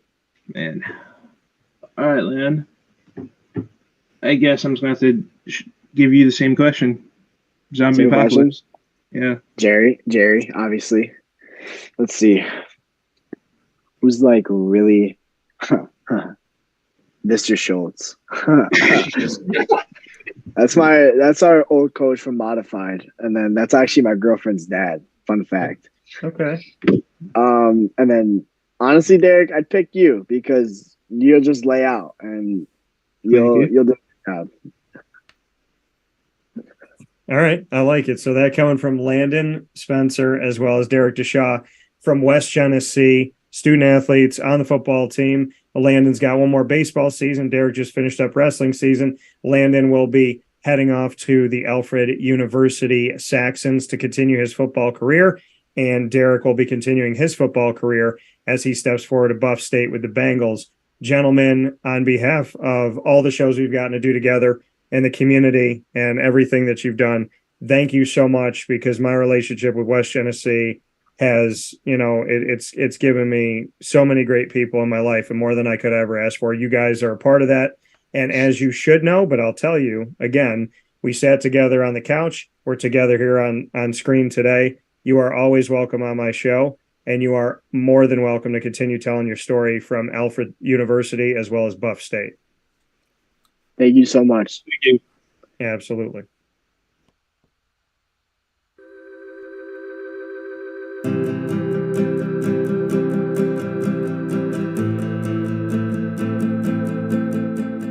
Cafe Cabal offers same-day local delivery of our products, offering no delivery charge for Onondaga County. Shop cafecabal.com for fresh roasted coffee beans, cold brew, travel mugs, and all your essential Cafe Cabal needs. Cafe Cabal, coffee for the soul.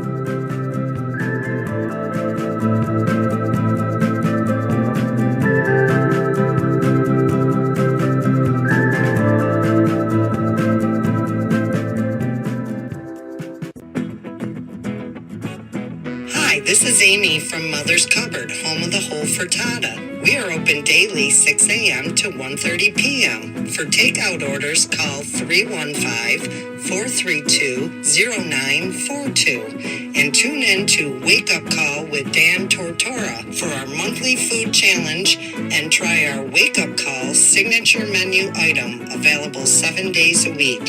Here at Mother's Cupboard, we are Central New York, and it's our honor to serve you.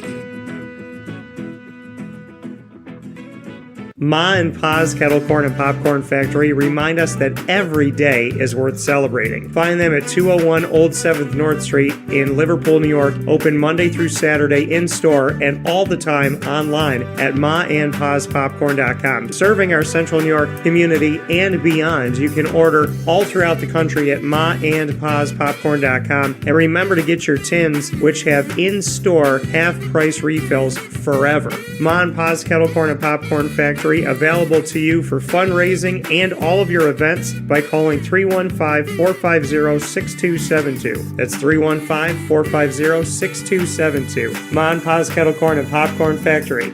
How corny are you?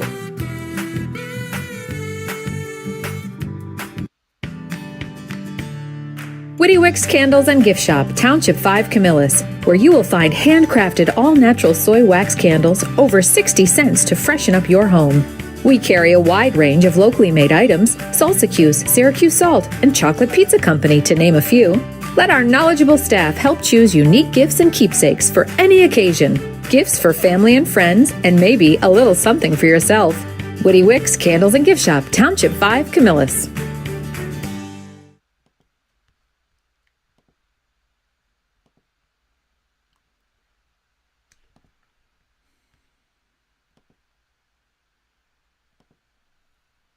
This is a special message from Merritt Brady, owner-operator of Chick-fil-A Watertown on 1290 Arsenal Street in Watertown, New York. Chick-fil-A for me has always been about the people. I think it starts with the strength and leadership of the Cathy family. It's just amazing to see a family-run business reach the altitude that they have. Second mile service is something that we embodied at my previous business, and the ability to make people feel like they're the only person at your establishment, that you are there to serve them that day and looking for those extra ways to make them happy, to anticipate what they need next is what makes me tick. And I'm going to have so many opportunities at Chick-fil-A to do that. It's one of my favorite things to eat in the world. My favorite application question or interview question when I'm interviewing is when I get to, have you ever eaten at Chick-fil-A? And a smile hits both their ears. You know, they can't even answer the question for a second. And when I see that, it's like, man, that's going to be a great hire. They already get it. They already feel it. They already know that we're different. The Chick-fil-A experience, it's a real thing. And then, of course, just our generosity and community involvement and making a positive impact in the lives of our team members, our guests, and the community in general, I think is really the secret sauce.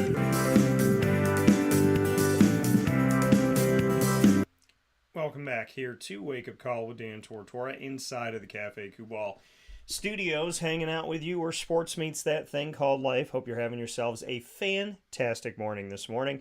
Cafe Kubal on 3501 James Street, 324 West Water Street, 401 South Salina Street, all in Syracuse, New York. You also find them on 343 Fayette Street in Manlius, New York, and on the corner of Route 11 and Taft Road at Sweetheart Corners. So make sure you check them out today and let them know that Wake Up Call sent you. So very much appreciate being here with you folks. So many great things coming up, and I am pumped about it.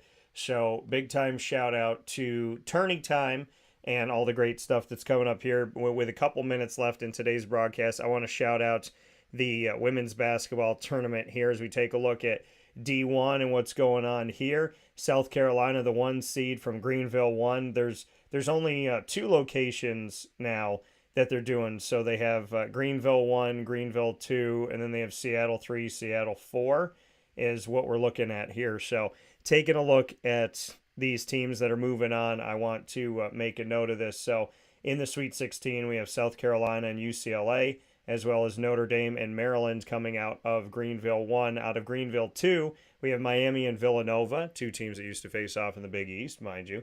LSU and Utah. In Seattle 3, we have Virginia Tech and Tennessee. Shout out to the late, great Pat Summit, and God bless to you.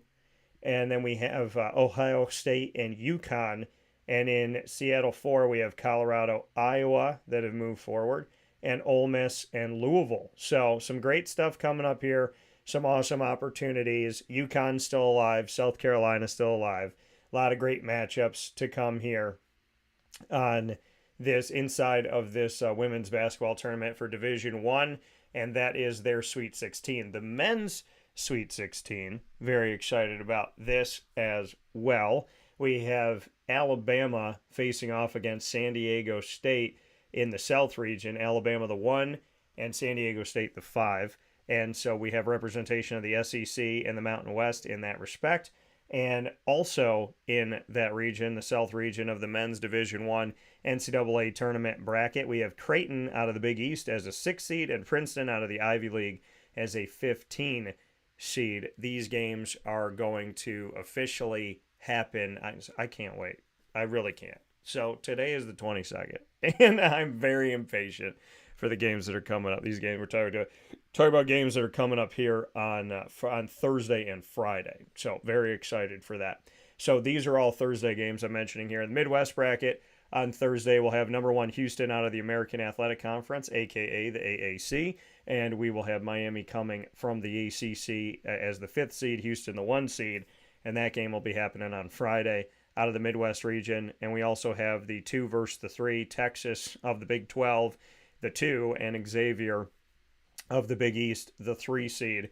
Then happening a day earlier, tomorrow in the West bracket, we'll see Arkansas take on UConn. Arkansas, the 8 seed, take it down, reigning national champion number 1 Kansas. We continue to pray for the health, safety, and happiness of Bill Self and all of his loved ones. So God bless to you, Bill. We send our prayers your way. So Arkansas, the 8 seed, moving forward in the SEC against the 4-seeded UConn. So UConn has a team in the Sweet 16 on the men's side and the women's side, which is pretty awesome. And UConn coming to us from the Big East, returning to the Big East within these last couple seasons. Also in the West, happening tomorrow, we will have Gonzaga against UCLA.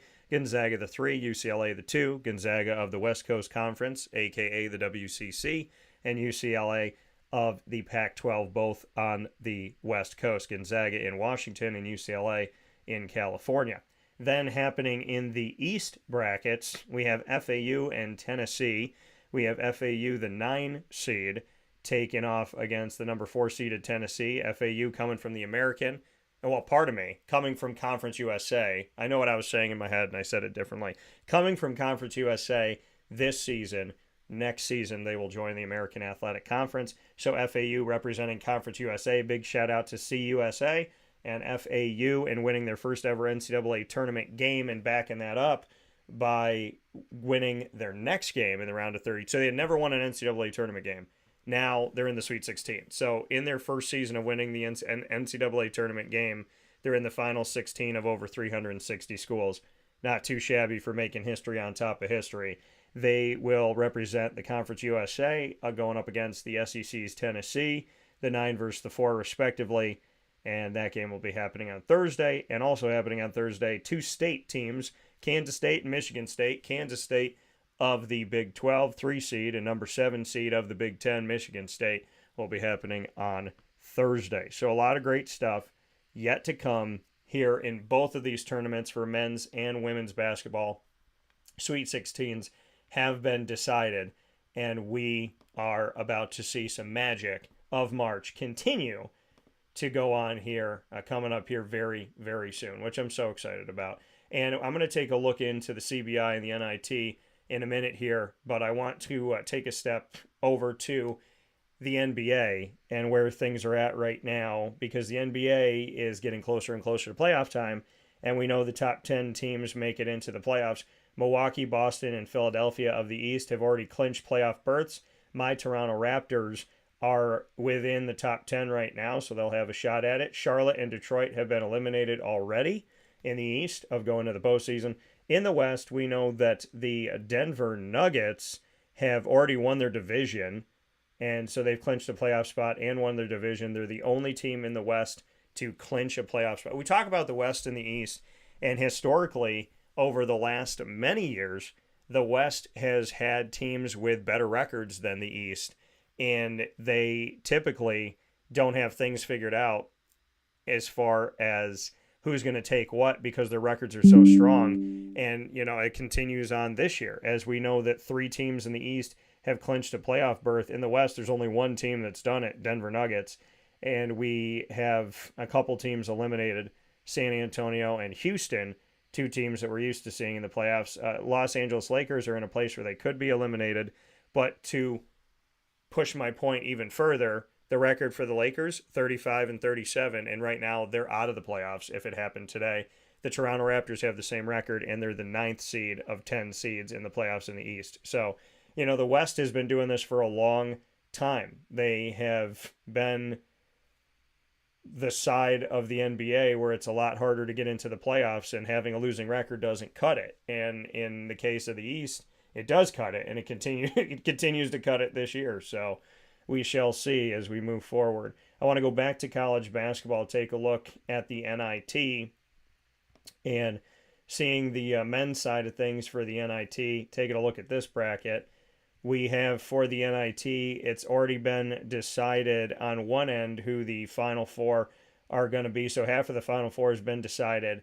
North Texas, a team, again, when we talk about conferences not being respected, Conference USA is North Texas. There's a beat in all of who will us. go on into It the drives us, American it Athletic inspires us, Conference and it pushes us. coming up here. They'll be in the American Athletic next season. They're in Conference USA this season.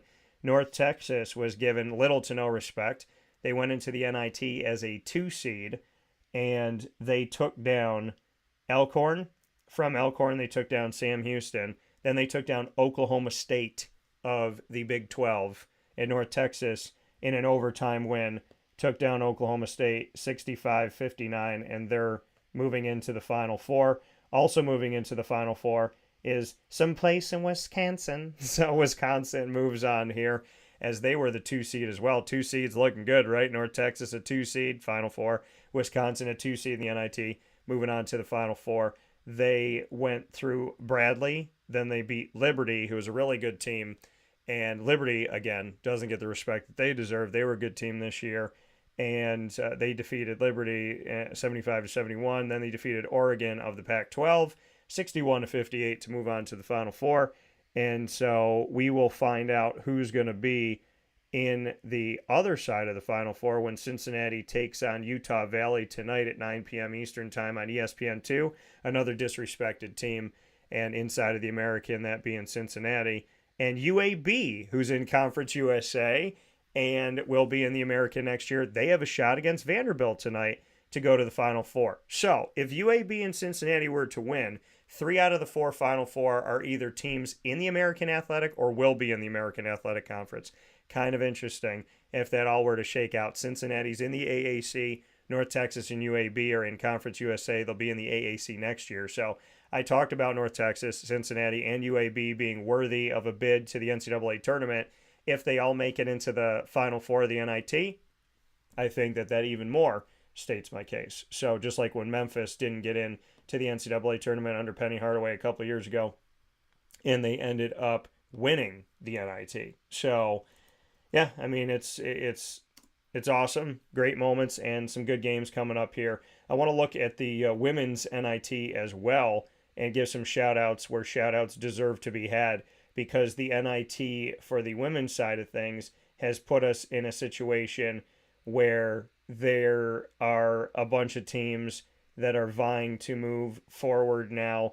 We know that some games are going to be going up. Nebraska against Kansas, Bowling Green against Memphis, Florida against Clemson, Arkansas against Texas Tech, and then we also have Kansas State against Washington, Oregon against San Diego, and I saved the best for last. And what I mean by that is 2 programs that are near and dear to my heart. Syracuse will take on Columbia on Friday for the right to move on, and Rhode Island, go Rhodey, and Tammy Reese, her and her Rhode Island Rams will head off against Harvard with an opportunity to move forward as well. So the NIT really, really close here, and to getting to their culmination. So we'll know what's going to be going on in the NIT. And the women's NIT, bunch of teams that are involved in this. So happy to see Syracuse and what they're doing in their first season with Felicia Leggett-Jack. And, of course, always happy to see Rhode Island with my girl Tammy Reese doing her thing. So a lot of great stuff coming up. And I do want to take a look at the CBI as well. So the CBI bracket, as Mike Hitz was telling me, he's going to be down there for that coming up this, he's going to be down there this week for the CBI. So I wanted to make note of the CBI and take a look at their bracket here for that tournament as well. And the CBI is going to be tipping off here. There's a bunch of games that are going on in the CBI, and some of their games have already happened. And so we know that I want to shout out the teams that made it: Stetson, Milwaukee, Charlotte, who will be in the American next year, Western Carolina, Radford, who my guy, Mr. Rowe, is going to, Tarleton, Southern Indiana, San Jose State, Rice, which will also be going to the American next year, Duquesne, North Alabama, Southern Utah, Cleveland State, Eastern Kentucky, USC Upstate, and the number 1 seed, Indiana State, have all gone into the CBI. So shout out to the CBI and much love to them for the work that they're putting forward as well. So a lot of respect going out to the CBI, and we now know of these games that have been played that the championship is going to be played tonight, March 22nd, at 5 p.m. Eastern Time on ESPN2, as Eastern Kentucky will take on Charlotte. If Charlotte were to become the champion, they will win that for the Conference USA and be a great boost for them joining the American Athletic Conference. So that championship game is tonight, March 22nd, at 5 p.m. Eastern Time on ESPN2, Charlotte and Eastern Kentucky. So a shout out to the CBI as well. So much love to all the tournaments that are going on, and big thanks and big ups to all of the wonderful teams that are going out there doing their thing and fighting as hard as they're fighting. We'll take our final step aside and wrap up today's show right after this.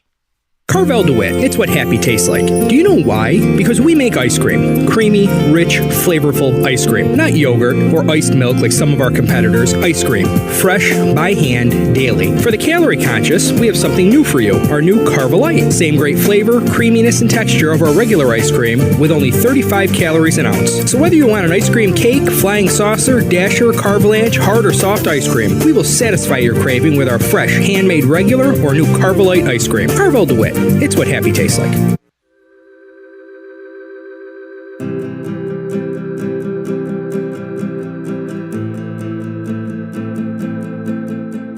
Cafe Cabal offers same-day local delivery of our products, offering no delivery charge for Onondaga County.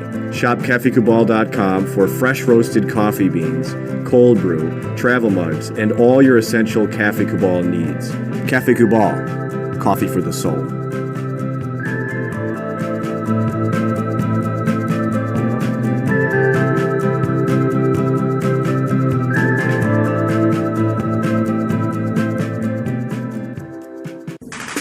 The Wildcats Sports Pub in Camillus, New York is located on 3680 Milton Avenue in the Home Depot Plaza. It is your family-friendly sports bar and restaurant. Folks, some sports bars aren't family-friendly. Some family-friendly restaurants are not sports bars. The Wildcat Sports Pub in Camillus, New York is proud to be both. It is that marriage that you've been looking for years. The Wildcat Sports Pub is your home base for your sports bar and restaurant needs, games for the kids, indoor and outdoor activities, and enough things on the menu to come back every single week and get to try something new. They're open Sundays from noon to 8 p.m., Monday through Wednesday, 11 a.m. to 11 p.m., and Thursday through Saturday from 11 a.m. to midnight. For reservations and party information, call 315-487-2222 for the Wildcat family-friendly sports pub and restaurant.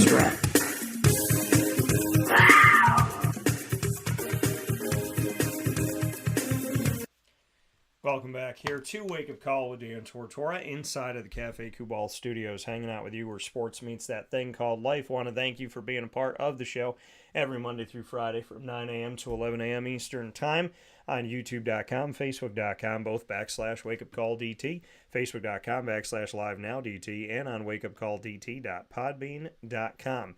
Once the shows go live, they jump into the archive. We did that yesterday already with our shows being added. Our special with Christy Salters Martin, as well as Jackie Callan and Pat Orr, is already up there for you. You can check it all out by going to Amazon Music, Audible, iHeartRadio, iTunes, and Apple Podcasts, MixLR, Spotify, Stitcher, TuneIn, YouTube, as well as Podbean, Player FM, and Podvine and TuneIn.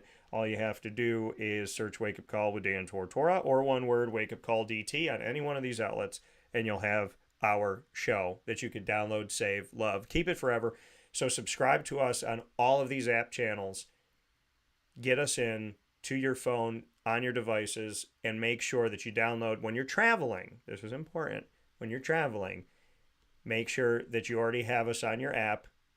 Search Wake Up Call with Dan Tortora on any one of these outlets, any one of these podcasting platforms, and download some of the shows that you want to listen to, so that when you're on a plane or on a train, you're not going to miss anything, and you'll have something to listen to when you have to travel for a bit. So make sure not only that you go to these sites, but that you subscribe to our channel, follow our channel, and download some of those episodes that you want to have for a rainy day.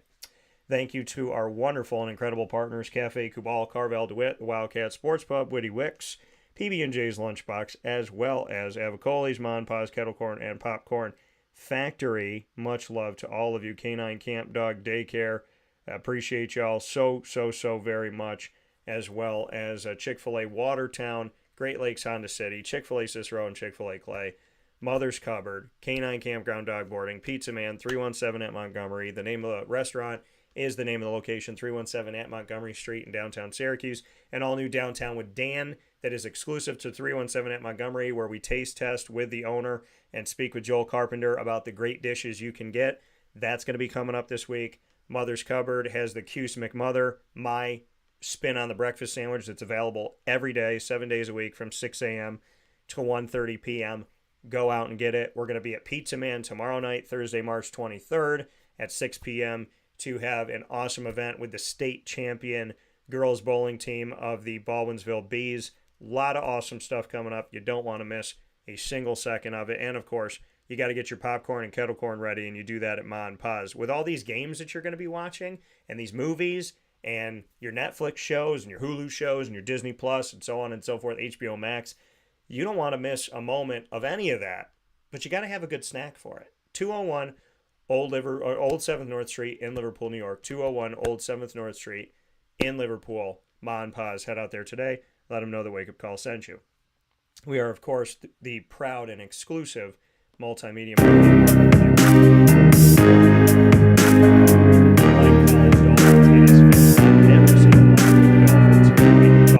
with Dan Tortora. On Wednesdays, we bring you our Dolphin Time like we did today with Jeff Lonczak, so you have the opportunity to hang out with your Dolphins every single week.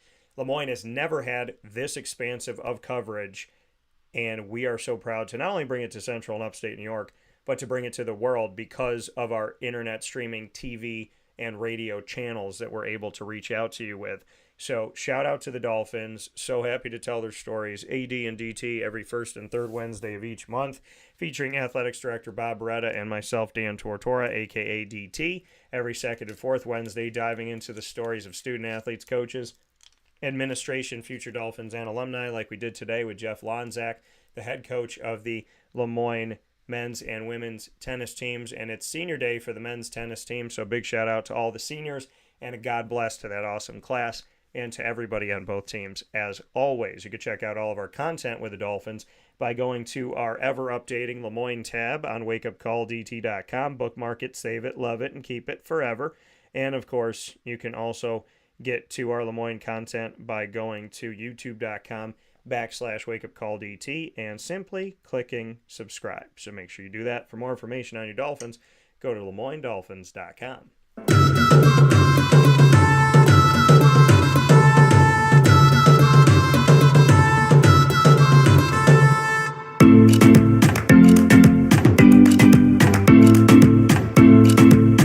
I need a dance cam in the studio, especially when that song comes on. The Bobcats of Bryan and Stratton College, a Syracuse exclusive multimedia marketing partners with Wake Up Call with Dan Tortora and Dan Tortora Broadcast Media. So much appreciate the awesome Bobcats and all the stories I get to tell with the student athletes, coaches, and administration, their national championship teams, their teams that have vied for national championships, and their inaugural season baseball team. You can check out all of our content with the Bobcats by going to bscsyracuse.com. to that tab on wakeupcalldt.com. Bookmark it, subscribe to it, love it, and keep it forever.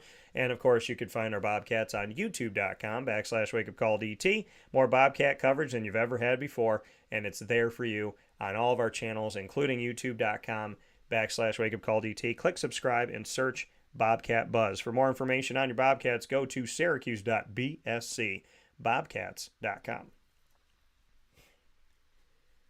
And with all that being said, I want to thank my awesome guest today, Jeff Lonczak of the Moyne Dolphins men's and women's tennis teams that are having fantastic seasons, 10-6 for the women with an opportunity to win another game and head toward regionals, hopefully, and to the men's team that are 6-1, and their only loss coming to a Division I program in the University at Buffalo, and then right after that, beating Morgan State, another Division I team. So losing to a D1, defeating a D1, and back on track, doing their thing as they have another match this morning that's happening in 17 minutes. So make sure that you go out and support your Dolphins. They're at Elevate Fitness in DeWitt, so if you want to go out and see them today for Senior Day, you can, of course, do that, and I know that they would appreciate that greatly. So big ups to Lemoyne. Big thank you to West Genesee and all that we've gotten to do over the last 7+ years at the Wildcat Sports Pub. Big shout out to 3680 Milton Avenue in Camillus, New York. Danny Tome and I, the owner, we sat down and we came up with the idea about doing a West Genesee Wildcats high school sports show every month at the Wildcat Sports Pub. We came up with that idea, and it's crazy to believe this, but we're in 2023. So 7 years ago, if not more than 7 years ago, we came up with this idea, and we said, hey, let's put it out there. Danny said, let's see if it works. I said, I know it will. And the first show we ever did was with Joe Corley and the West Genesee football team. Fast forward 7 years, and we're doing a show with those that have been taught by Joe Corley and his staff on the West Genesee football team that are 2022-23 Section 3 Class A champions, Landon Spencer and Derek Dishaw. We got to do a special before this, which was incredible as well. We got to do it on stage, and that was a beautiful thing too, to have, you know, all these wonderful moments that we get to have here and all these awesome things that we get to do. We got to do a special, you know, before this as well, and that was such an amazing thing with Vinny Ferenzi, who is going to play safety at Dayton, and now we get to do this special with Landon Spencer, who's going to be playing linebacker at Alfred University, and to have Derek Dishaw, who's going to be an offensive lineman at Buff State. So wonderful, wonderful things. Awesome kids, awesome opportunities. And be it Division 1, 2, 3, or JUCO, all of these student athletes deserve the opportunity of getting the spotlight. If there is a story that you would like to be told, reach out to me on any of our social media. I always tell people, if we haven't told the story yet, it's not because we didn't want to, it's because we just didn't get there yet. So a lot of busy stuff, a lot of running around, but we love to hear your stories.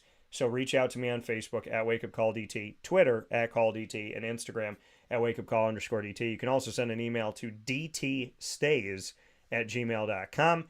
Big shout out to Landon Spencer and Derek Dishaw. Thank you, gentlemen, for letting me tell your story over and over again. And now that you have committed to be able to tell this story, it is beautiful to tell the story of you being Class A champs, and to just cover you over the years has been an absolute honor and a privilege. To Derek, to Vinny, to Landon, and to all of the student athletes at West Genny, thank you for letting me tell your story. Thank you to all the coaches, including Joe Corley, who's had these gentlemen on his team, and to the whole coaching staff. It is an honor and a privilege to get to do what I do, and I am always moved by the wonderful and beautiful communities that we get to connect with. And I want to thank the Wildcat Sports Pub and West Genesee for believing in my vision and my mission, and for becoming a part of it, and really for now more than half a decade just helping me bring my dreams to life. So thank you for that. Thank you to Danny Tome and his team for believing in me at the Wildcat. Thank you to Mike Burns and everybody at West Genesee. God bless you all. I appreciate you all. Thank you to Lemoyne. Thank you to Jeff Lonczak. God bless. No stress. Do your best. Send you all my love. That's what that kiss is. That's me sending you love, hope, belief, just good vibes all over the place. Positive vibes, healthy vibes, and I hope you have a fantastic day. Please be good to each other and be good to yourself.